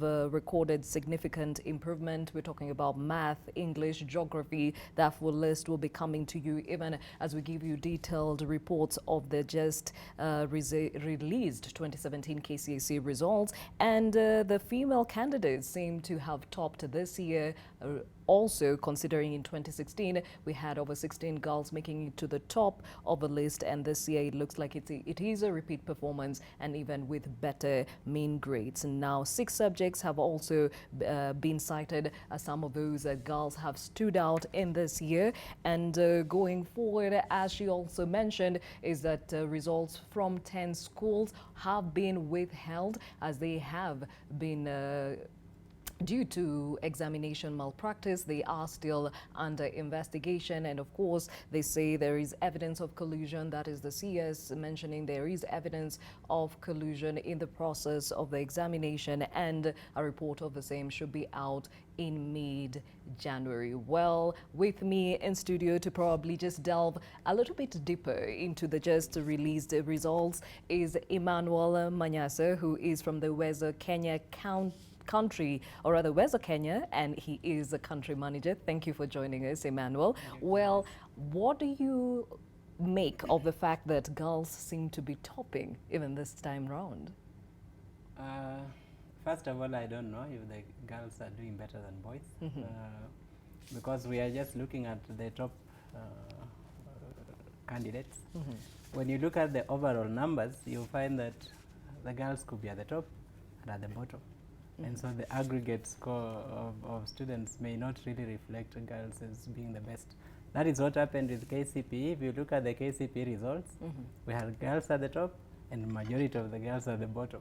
So I don't know. Unless I see all the results, I'm not sure. So it's too early to celebrate? Oh no, it's too early, I think. All right. The picture we are painting may not be the correct one. Okay, so 10 schools, their results have been withheld, accused of examination malpractice. What do you make of it? Yeah, it was always going to be, you know, last year the ministry did so well in making sure there were no cases of irregularities. But always when people are steeped in certain ways, they always try to fight back. And so they were going to try this time round and come up with new tricks of trying to cheat. I am glad that they were caught and that this can be emphasized in the minds of those who don't want to change, that there is a deliberate resolution to make sure cheating comes to an end. So I'm happy they were caught. I am a little bit worried that the names are not being made public, especially about this school where the CS admits that there was so deliberate effort to cheat. Despite all the measures to try and prevent it, the leadership of the school insisted on cheating. I don't understand why the school head is not in police custody for that, because that was criminal. That may be an indication that the fellow believes they have a godfather or a godmother somewhere, and they don't think anything will happen to them. And it is possible actually that nothing will happen to that principal. Okay, alluding to what he was saying, bad habits. Okay, there has been a decline. 700 teachers were actually involved in cheating in 2016. This has come down to 40 of them in 2017. But the CS was also very concerned that that number in 2016 is yet to be brought to book or handled, or the cases handled. What do you make of it? Yeah, that's why some people still try to cheat with impunity, because I taught economics. In the theory of crime, a criminal maximizes return to crime subject to punishment. If they believe they will not be punished, or the punishment will be more lenient than the gains from the offense, they will actually commit the crime. So the fact that the 700 remain unpunished gives the motivation to others to try and do the same. However, the reduction from 700 in 2016 to 40 in this year, do you think that is worth applauding? Yes, that is worth applauding. And I have to say, the CS and his team and NEC have done us proud. They have done everything possible to try and prevent cheating. All habits take a long time to uproot. There are people who are too steeped in that they, even when you tell them that it is not possible, they don't believe you easily.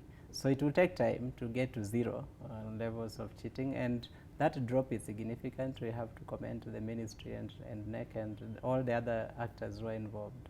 Okay, now we have seen a list of 10 students actually announced by the CS for Education Fred Matiang'i, and while he was doing that, you had your concerns about ranking slipping its way into the system without being officially said so. We officially banned ranking a few years ago. Unofficially, we have reintroduced it, and I don't understand that, because there were reasons why ranking was banned. Partly because we didn't want to make examinations a life and death issue. Secondly, because that is the route for cheating. Once head teachers know that there will be ranking, and parents will start to evaluate them on what rank is our school, and promotion will start to peg on the mean score that you achieved as a head teacher. When we speak from TSC language of you have to perform and perform, without clearly making the case for what the indicators for performance are, then you come back on this other side and you start ranking schools quietly, then that rank becomes the performance indicator, and the motivation for cheating then becomes strong. Okay, now let's go back a little bit to the announcement that was made this morning about enrolling all the 3 million secondary school students into the NHIF program with effect from January 2018. Your take? That is a good thing. I hope that it is actualized. I hope that also that we grow out of this roadside declarations, because that is one thing we try to run away at the end of the Moi regime. Because this is government policy. We needed to know some planning. We needed to see some plan for that. It has been made. I'm happy that it was made. It's a good idea. But anything that is a declaration that is not properly planned for is likely to just suddenly overwhelm NHIF, and we end up with everyone involved in that NHIF as a beneficiary receiving poorer service. All right, Emmanuel, before I let you go, the Cabinet Secretary for Education is holding fort in the Education Ministry and, of course, in the Interior Ministry, and there is a lot of anticipation to see which of those he's going to keep. As an education stakeholder, what do you expect of the person that actually will fill his shoes, or who should take over? That's a tough question. I don't have appointing powers. I think the CS has done well in education. If he were to leave education, I'm hoping that the next person who comes in understands that there is a lot of players in the education sector and consults very widely, because lack of consultation is one of the challenges that hinders progress in that ministry, and that ministry is very important. Okay. Yeah. All right. Emmanuel, I'm being told I have to keep you a little bit longer. We shall be back right after the short break with the day's top stories. Stay with us.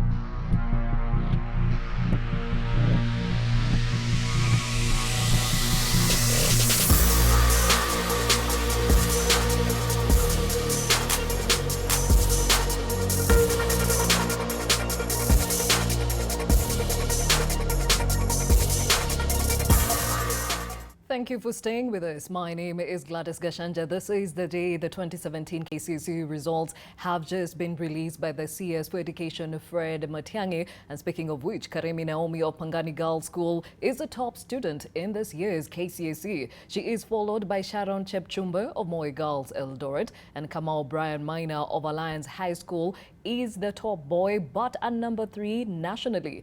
Odero Donata of Lenana School comes in 4th, with Harriet Mweke of Mary Hill closing the top 5 positions. At number 6 is Brian Ongiri of Kanga High School, while Mora Mongina of Pangani High School is at position 7. Motate Emily of Pangani High School takes the 8th position, and Wahome Wanyiri of Moi Girls Eldoret is at position 9.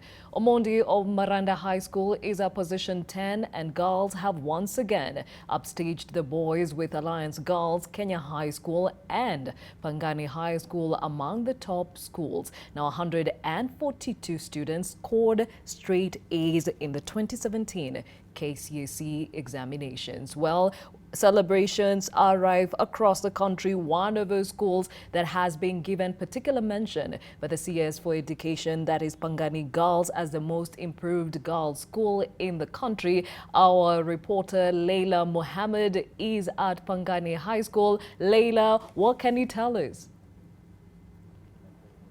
Well, it is clear that in the 2017 both KCPE and KCSE examinations, the girl child has dominated the top positions in the top 10 students who have performed the best in the country. And here at the Pangani Girls, they do not only have the top student in that list, but they have about 3 candidates who performed very well in the 2017 Kenya Certificate of Secondary Education examinations. And one of those students is Karimi Naomi, Moramongina and Mwatate Emily. Those students not here at the moment, but it is a moment of celebration for their teachers, who say they have worked tirelessly to move from the position where they were last year at about position 9 to now the most improved school in the country. So this is something to celebrate much about, and they are happy that their long and hard work, their all long nights, the colder events have now turned into fruitful celebrations here at this particular institution that was recently upgraded to a national school, taking students from across the Republic of Kenya just to ensure that all students get a chance to study here. And some of those students who performed well in the KCPE exams will be able to join this facility in January, as those who performed in the KCSE will be among those who will join the university systems later in the year. However, CS Matiang'i is saying that the number of students who have attained a grade C+, that will enable them to join universities across the country, has dramatically reduced even the number of A- having been halved as compared to last year. So those are some of the questions that we will be asking the teachers here in terms of what will they do to ensure that the number of students who are passing to go to various degree courses in universities can be increased. So this is a happy moment for the teachers here, who say that they are very happy and they are super emotional that their students have given them a moment of pride to be very happy about. Before you go on and talk to the teachers, a quick one. Pangani High School has been mentioned also as one of the schools that has maintained consistency in its performance. Any indication as to how they have made that happen? Gladys, probably we could just hear what some of the teachers are saying just to understand what they are talking about. We hear they're briefing the press, but in a vernacular language. But when we will be given a chance to speak to them in English or Swahili, we will be able to hear from them, and they will tell us what is going on. Speaking to us from Pangani High School is our reporter Leila Mohammed. Remember, Pangani High School has been mentioned to be one of the most improved high schools in this year's KCSE examination results, and they have been given special mention by the CS for Education. And now I believe that she has somebody who can speak to us and give us probably an indication of how they got here. To you, please tell us your name and How excited are you to see that Pangani Girls High School has come back on the map? Thank you. I'm Florence Modoni Garari, and this very afternoon I'm so excited and humbled because God has put us to the top level. We thank God first and foremost. I also thank the team I work with, the board of management, the parents and the teachers, because their support has been quite enormous. The girls also have been working very hard, very hard. We have maintained good discipline, and that's what has propelled us that far. Yes, we are very happy to have given the top girl in this republic. So just tell Kenyans, who exactly are you at this facility? And now that you have 3 girls at this school who are in the top 10, what can you tell other girls in the country who are probably wishing to join Pangani Girls High School? I want to say that I am happy with the top girls, the top 10, and we are even looking forward to more in the top 20s as they release the exams. And I want to tell the girls who are coming to Pangani, who want to join us, that this is the best school, this is the best choice that they have made. And we want to say that they will succeed, just like the other girls have succeeded. And the backbone of everything is hard work and good discipline. That is what has pushed us this far. Yes. Thank you so much, Gladys. Like you've heard, the teachers here are excited at the good performance of their children here at the Pangani Girls. We will be talking to them later to find out the nitty-gritties of how the girls performed during this year's KCSE examinations. Thank you. Leila Mohammed speaking to us from Pangani High School, and I believe she was speaking to the school's principal.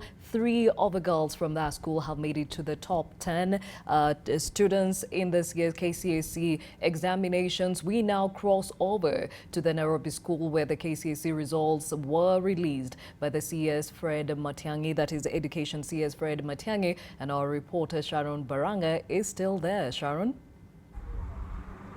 Thank you so much, Gladys. We're still at Nairobi High School, where Education Cabinet Secretary Fred Matiang'i has just released the 2017 Kenya Certificate of Secondary Education. Earlier on, the Cabinet Secretary met with President Uhuru Kenyatta at State House before releasing this year's KCSE results. And according to him, the President told him that the stern action, or rather disciplinary action, should be taken against teachers who are involved in one way or another in an examination malpractice. And on that note, we have 10 schools who are not going to receive their results as the rest of the candidates receive their results. Their results are being withheld as a committee is investigating whether they were involved in examination malpractice. One such school is a private school from Nakuru County that was deregistered. Now, in this year's Kenya Certificate of Secondary Education, once again, female candidates have come out shining. They have led the pack. In the top 20 best performed candidates, we have students from Pangani High School, we have students from Kenya High School, we have students from Alliance High School. All of them are featuring in the top 20 list, and this is not new. Last year, KCSE, we also had 20 girls in the top 20 list, and in the Kenya Certificate of Primary Education, we also had girls outwitting boys, something maybe education stakeholders should look into and find out why the boys are not performing as their female counterparts. Now, there was a slight improvement this year. Last year we had 141 A's, but this year we have 142 A's, and there's a decline in the number of candidates who scored grade A minus. Last year we had 4,645 candidates scoring A minus and above, and this year we have 2,714. The decline has gone down by almost a half, and according to Education Cabinet Secretary, the number of students who met the minimum university entry level, that is a C+ and above, has reduced compared to the previous years. Back to you, Gladys. Sharon Baranga is speaking to us from the Nairobi School, where the CS for Education Fred Matiang'i just released the 2017 KCSE results. And as she mentioned, there has been a significant improvement in other areas and a decline in others. And speaking of which, releasing the results, Education Cabinet Secretary Fred Matiang'i said 40 teachers are being investigated for involvement in attempted cheating and they could be deregistered. We have noticed this year a very, let me be honest, frustrating and desperate attempt on the part of some teachers to prematurely open exams and engage in malpractice. 40 teachers from 2017 are facing disciplinary action, including principals. And we asked ourselves the question, how is it that when you know how stringent the management regime is now, why would you take the risks that you are taking? Because you know you could go to jail, or obviously you're going to lose your job in the process. And let's speak to each other candidly.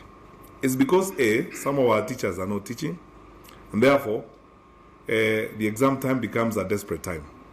So you want to go to whatever extent, even to the despicable extent of seeing a paper for only 30 minutes, because the difference between the first and second paper was probably 1 hour. So even if you open it, by the time you take a screenshot and send it, that's probably about 30 minutes or so. It's not going to help anybody.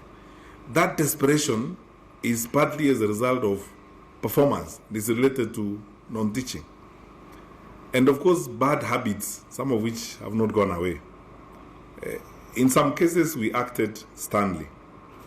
And I have no regret about it. We deregistered one school.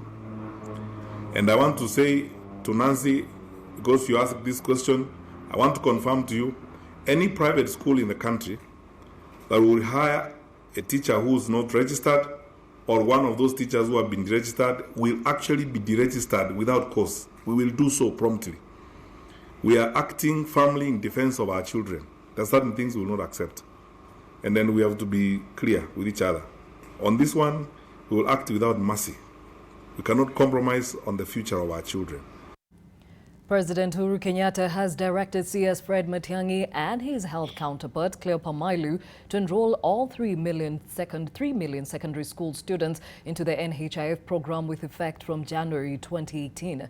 The president also directed CS Fred Matiang'i and the head of the Kenya National Examination Council, Professor George Magoha, to institutionalize reforms being implemented in the education sector, and he also asked the Teachers Service Commission to reward principals, schools and subject teachers who excelled to promote continued high performance. But similarly, the head of state said teachers caught cheating should be punished severely to serve as an example to others. Kenyatta also directed the Cabinet Secretary to work with the Attorney General Githu Muigai to make presentations to the Director of Public Prosecutions so that the cases of cheating involving more than 700 teachers countrywide are expedited. Now, the president issued the orders earlier today after Education Cabinet Secretary Fred Matiang'i and his team briefed him on this year's KCSE results. God bless you once again. Thank you, sir. Merry Christmas. You too, Your Excellency. Thank you, sir. For those who will have Katibu, for those who will enjoy. Some of you know what we have achieved. Well, as we've mentioned and you've been following on NTVs, the KCSE 2017 results have been released. This was done at the Nairobi School, and of course celebrations have started being witnessed across the country. One of those schools that even received a special mention from the CS is Pangani High School as one of the most improved schools. And Leila Mohammed, our reporter, is at the school and she's capturing every moment at this point, and we'll be crossing to her later on, even as we continue with the coverage of the KCSE 2017 results. Still with me in studio, Emmanuel Manyasa from Uwezo, Kenya. He is the country manager. Now, one of the things that stood out in this release is that there was mention of a decline in the number that made university requirements. Why do you think that is the case? That surprises me because I expected that after last year, schools were ambushed. Many of them were used to cheating. They didn't expect that there would be strictness in invigilation. So they were ambushed, and we saw the grades that we saw. This year we expected that they knew and expected that there will be strictness in the way exams are handled, and so they will prepare candidates much better. So I expected improvement. Just like we saw in KCPE, we saw massive improvement this year compared to last year. I'm surprised by the results, and the results are fairly random. There's no pattern. We have more A's now than last year. We have almost half of the A- than last year, and then clearly we have poor performance in after that, after the A's, because we have now less candidates qualifying, meeting the minimum entry to university, which is C+. I think the results are random. I don't know how to explain them. Okay, maybe to tie in with the fact that there's a decline in the A- by half, almost half, to 2,714, down from 4,645 last year. Do you think this could be an indicator of the fact that this happened around an electioneering period? I don't know how the elections may have affected. It's possible they did. But relating this to KCPE, I don't understand the gap, because again, you know, most secondary schools are boarding, and so secondary school children may have been much more shielded from the politics than the primary school, most of whom are day scholars. So I expected that the primary school would be more affected than secondary in terms of performance by the prolonged electioneering process. However, it's also possible that they were more affected because they are maturer and they were able to follow and take some anxiety from the anxiety that was gripping the whole country compared to the younger children in primary school. So that is also a possibility. The important issue, however, is with the increased numbers, because candidates this year were more than last year, and we have few of them qualifying to go to university. That poses an important and urgent problem. What do we do with all those who will not qualify, who have not qualified to transit to university? I think that is an important question right now, because part of what is depressing education standards is the very many out of school youth who have nothing meaningful to do. That is what is discouraging those who are in school from working hard. I mean, if you are a second born brother in a family and your elder brother has finished high school and is a border rider, and you are still in school, you could still be a border rider without having to go through school. What motivates you to continue working hard in school? If you could just take a shortcut and start riding a border and getting some little money for yourself. So I think we have a very urgent problem. What do we do with this youth? And speaking of that gap, would this probably play with those that are criticizing the reforms that the CS and his team have brought to the education sector, saying there are loopholes that need to be sealed? I don't think that is a loophole. In a properly functioning system, we still expect those who qualify to go to university to be few. The university is not for mass education, so I have no problem with the numbers being smaller. I have a problem with the fact that we don't have opportunities for transition by those very many who have not qualified to go to university. And I think that is an issue we need to address ourselves to very urgently. Okay. Now, speaking of which, today is the 20th day of December. Last year, we saw the results released on the 29th. Everyone said that was too early. This time, it becomes even earlier. And there has been question with some of the anomalies we saw with the KCPE results. Now, with this, are you confident that this was done properly this time around? It is my hope that they were done properly. If they were not done properly, the CS has a lot of explaining to do to Kenyans, because there was no, we were not late for anything. He chose to present these results now, so they better be accurate. I hope we are not going to go through processes of correction of results like we have done with KCPE, because that's unfair. Okay, and having to correct the KCPE, what does that say about the education sector? Our education sector is in transition. We were used to very many bad old ways. We are trying to move away from them. Change is not easy at any time. So that is what I give to the CS and his team. They are trying to drive change. It is never easy. And so we will see these problems. My problem is not that they are problems. My problem is what solutions do we give to those problems to make sure they do not become the new norm. Okay. Now, Emmanuel, before I let you go, he also mentioned that there was an increased or rather exceptional performance in the county schools. Now, do you think this is probably a fruit of devolution or just the fruit of the reforms in the education sector? You cannot attribute what happens in the county schools to devolution because, first of all, secondary education is not devolved as a function. But I think it points out to an important issue.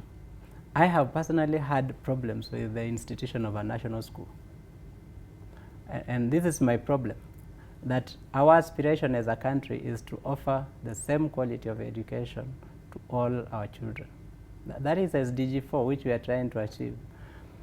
We are spending 70% of development funds from the government in national schools, which are educating less than 10% of all the children in the country.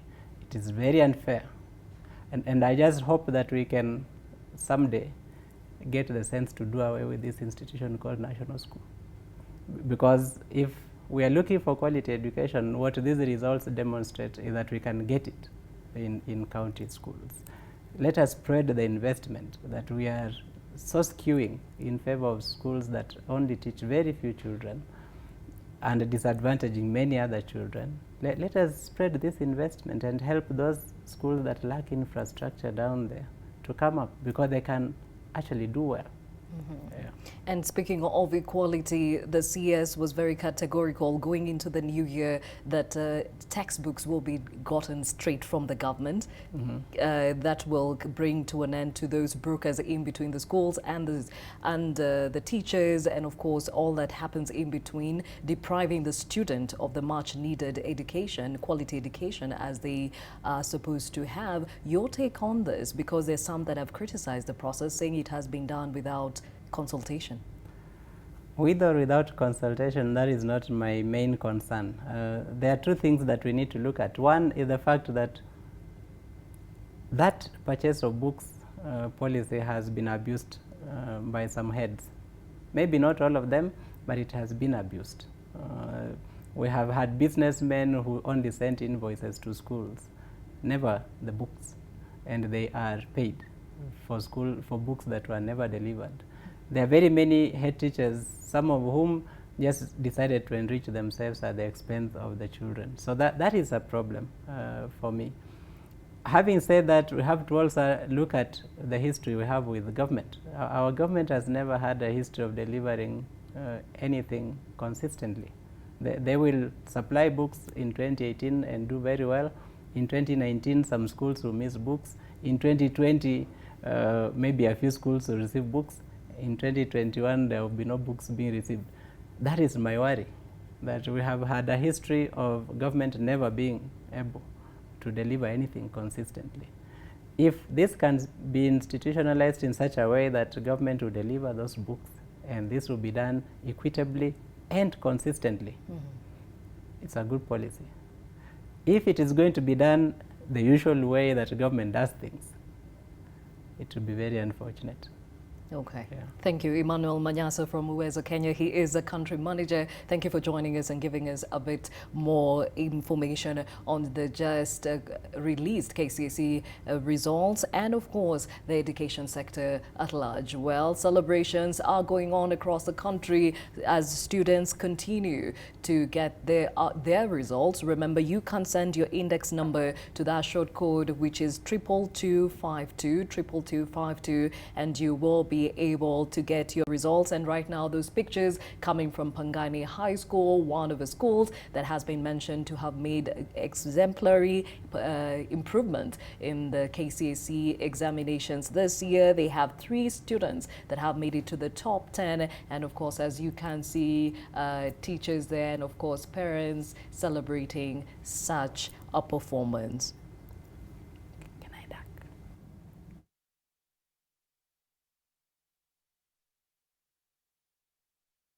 Well, Leila Mohammed is at Pangani Girls and she'll be bringing us more pictures and sounds from that school. Well, away from the education sector, and at least 4 people are feared dead after a guest house in Kisumu caught fire early this morning. So far, only 2 badly burnt bodies have been recovered from the scene, and 6 more people, including 5 firefighters, were injured and rushed to hospital. Oko Kuse with more.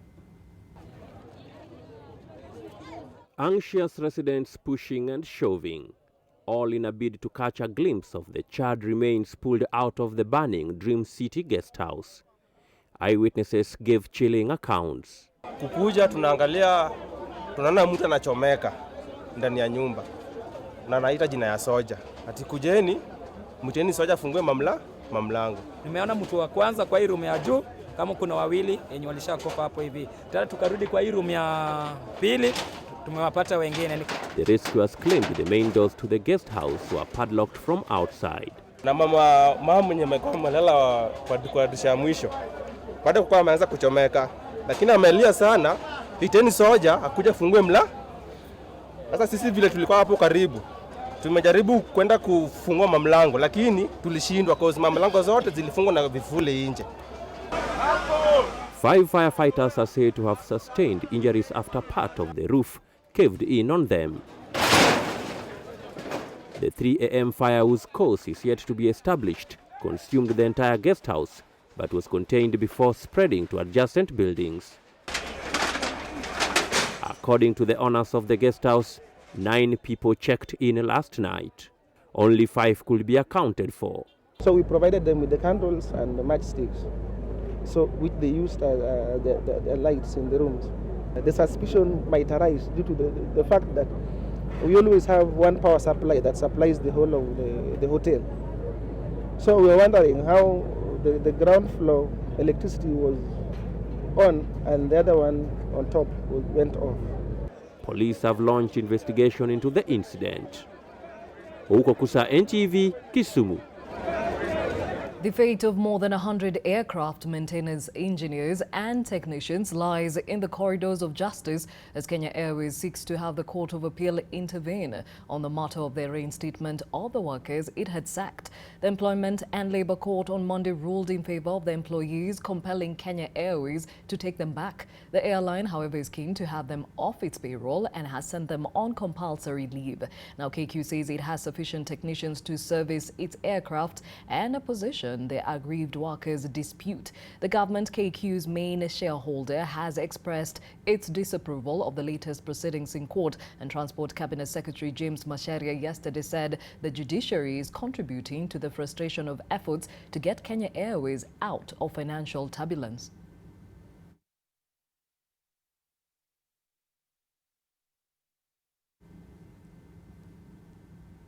Well, still on the corridors of justice, and we are told that Gatundu South MP, that is Moses Kuria, has been asked to pay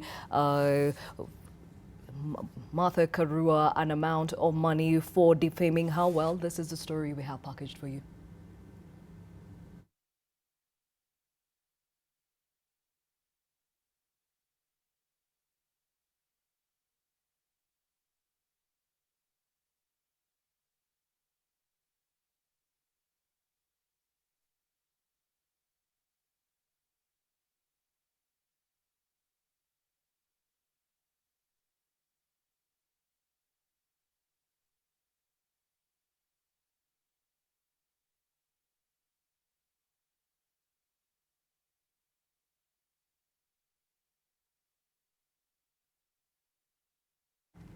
Well, as we've mentioned earlier, Gatundu South MP Moses Kuria has been directed to pay former Gishugu MP Martha Karua 6.5 million shillings as damages in a defamation case, and definitely we'll be bringing these pictures and sound to you even as we receive more details on the same. Over to Kajiado, and men from drought-hit Olongo Sua location in the county have deserted their families in search of pasture for their remaining livestock, leaving women and children suffering. Only women and children are now left in this interior location owing to the prolonged drought, and insecurity is now also a problem. Women and children in this village remain vulnerable with food hard to come by. The area is dry, characterized with skeleton of the cattle that recently succumbed to the drought. Seasonal rivers are dry and the much-needed pasture long gone, prompting men to relocate to other regions in search of pasture for the remaining cattle. Hapa wameacha watoto, ni kina mama peke yao ndio tumebaki kwa location. Na pia tuko na shida ya maji. Maji ingine ndio ilikuwa imesidi. Most of these women here are teen mothers and middle-aged women with few elderly men who can't fend for themselves. Women have no choice but to wait outside their huts for well-wishers to bring them some food. The children here are malnourished and it's now a case of surviving each passing day. Tu hawana chakula. Wamama, sisi tuna empower wamama na tungeomba serikali, tungeomba watu wa nchi hii yetu ya Kenya. The area chief says the situation is getting worse as time passes. He has pleaded for aid. Msasa hizi hana kitu ya kumpatia mtoto kwenda shuleni. Ng'ombe imeisha, lakini hana pesa. More than 2,000 families are greatly affected. Halima Gongo, NTV. A 17-year-old boy from Kianamuthi village in Tharaka constituency is calling on the government and well-wishers to support his education. Emmanuel Mwenda, a Form 2 student, was forced to drop out of school from Tharaka Boys High School in first term this year for lack of fees. The bright, needy boy, who scored 336 marks in Kenya's Certificate of Primary Education in 2015 at Meru Boys Primary School, is a son of a mentally challenged mother. The family lives in a makeshift structure built on public land, and Emmanuel lives with his young sisters aged 7 and 11 who were also conceived on the streets. Mwenda said his dream of completing secondary school and joining a university for a medical cause was yet to die. To complete primary education, the boy was supported by Kianamuthi Presbyterian Church of East Africa. He's mentally handicapped and she cannot help me to a stage of achieving my goal. Nilikuwa na fee balance nyingi sana, nikaweza kusaidiwa na Senator Kithure Kindiki, kamaliza school balance ya Form 1 term 3. The United Nations High Commissioner for Refugees says he is optimistic that the Dadaab camp will stay open for the sake of those refugees who are not ready to go back home to Somalia. About 250,000 refugees still reside in one of the world's oldest refugee camp, and while their repatriation is still ongoing, not many are convinced that the journey back home is what is best for them. Leila Mohammed was in Dadaab and files the following report. Fardosa Adan can't hide her joy as she patiently waits to board a flight to Kismayo, Somalia. In a few hours from now, she will be reunited with her husband in the country of her birth, and with their 2 children, they hope to build their life together as a family. Fardosa is among a group of 90 individuals taking their flight back to Somalia to begin their lives there. She knows it's not easy, but is willing to take a leap of faith to begin a new chapter of her life. And your family members, your mother, your father, your brothers and My mom, my father is died, but my mom, she's staying in Hagadera. She's staying in Hagadera. Why is she not leaving? Maybe she's leaving after she's after me. After some month, after next year. You can't believe it now. Where are you going now when you leave Kenya today? I'm going to Somalia, Kismayo. Because Kismayo is my country. I go Kismayo there. It's must to go. Because me, I don't have ID. I don't go anywhere. Kenyans. It's must to back to Kismayo. In 2017, about 32,000 Somalis returned home, but due to few challenges, about 400 of them have found their way back to Kenya. Because many people go back to Kismayo after 25 years. They don't have anymore a house. So we are working with the local government to provide them with some simple accommodation. The reality is that it takes time to do it for many people. Not everybody needs that. Many people go back to their houses. And this accommodation is not just the house, is this structure. is also a school. We visited a school. There is going to be a health center. So we're trying to help in every possible way.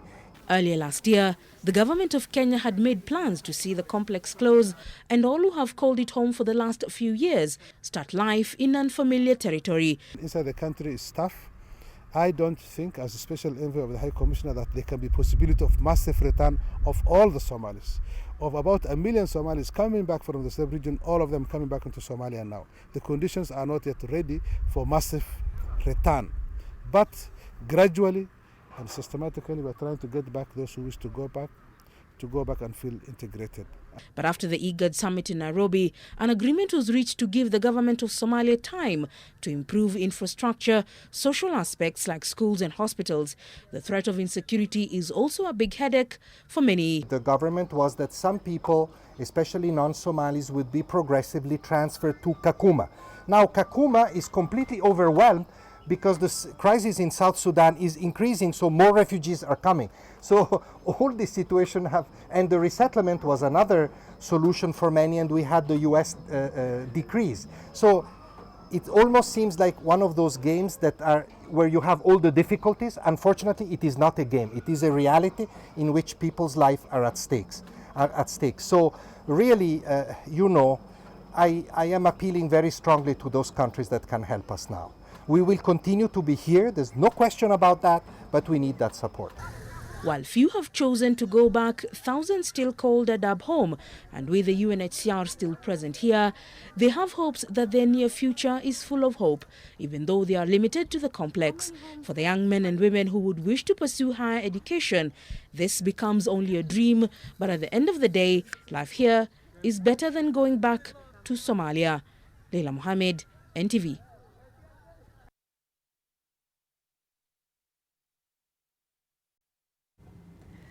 Beyond the borders, New African National Congress leader Cyril Ramaphosa says the leadership of South Africa's ruling party is unified despite ideological divides. He says top 6 of South Africa's ruling party comprised politicians from different sides of ideological divide, and he expected the ANC to emerge stronger from this week's leadership conference.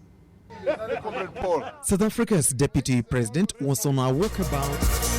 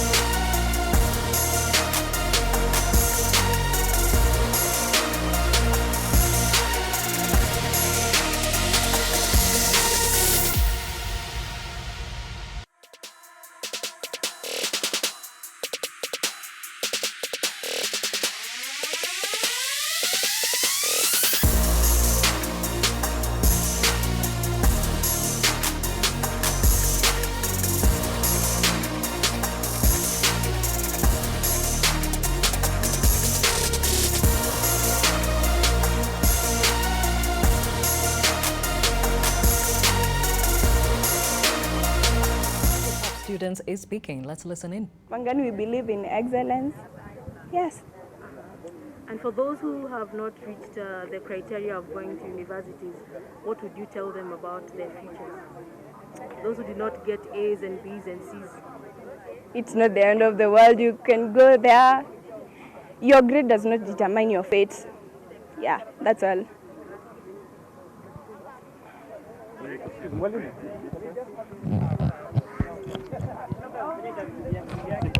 Well, that was one of the students who performed well in the KCSE results. It is not the top student as many would have wanted to happen, but she says the fact that she just heard that the Pangani Girls High School performed well, she chose to come here and go to a place they call Hollywood, where they would pray and engage in their creator, and just to give a form of thanksgiving for the good grades that they have received this afternoon. So later we will be able to get a detailed interview with the headmistress of this school, Florence Ngarari, and she might just share with Kenyans what are some of the highlights of how her students performed and what kind of input they did to ensure that they have such a great performance. Gladys. Thank you, Leila. Looking forward to more details from Pangani Girls, one of the schools that has been mentioned to have recorded great improvement in the just concluded KCSE examinations. The results for the same are out, and you can send your index number to that short code, which is 22252. And on that note, we shift gears to the sporting world.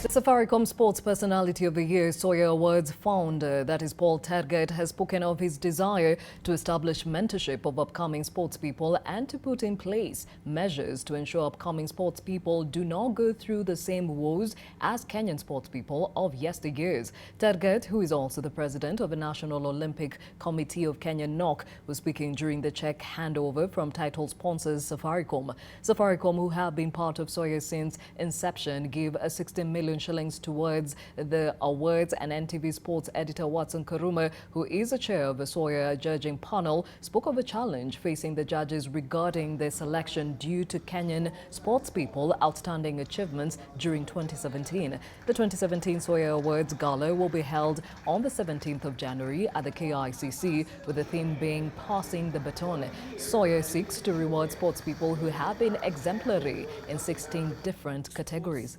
There's actually a lot of immense pressure now, unlike during our time, on both sportsmen and women, as well as sports managers, not only to perform, but perform in their no any other way, but outstanding performance every now and then. That is why we at Sawyer, we are keen to reward those who go the extra mile or extra step to do extraordinary well out there in a fair, transparent, and clean way. We believe that when people come together, great things happen. We foresee a bright future for sports in Kenya as we continue to work together with passion, dedication, and integrity. We challenge the other sponsors, corporate, Kenyan corporates, to follow suit and support sport from the grassroots to international competition all the way to the Sawyer Awards. So from the judging panel, we can assure you it's going to be a deserving list of winners come January, and we look forward to seeing you at the gala. The Kenyan Premier League and National Super League promotion and relegation playoff pitting Thika United against Ushuru FC will go ahead following a ruling by the Sports Disputes Tribunal throwing away a petition by Thika United against the playoff.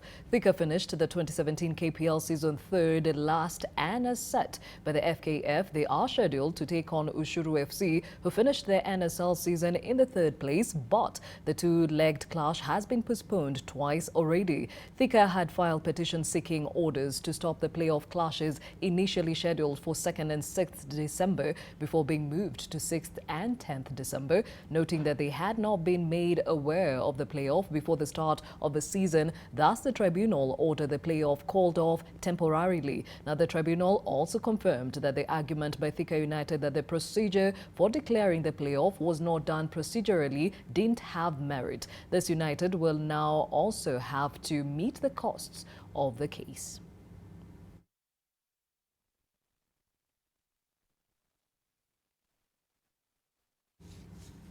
Arsenal advanced into the semi-finals of the Carabao Cup as Danny Welbeck's goal secured a 1-0 win over West Ham at the Emirates. The Gunners' night was soured by the loss of Oliver Giroud to an injury that could rule him out for 3 weeks.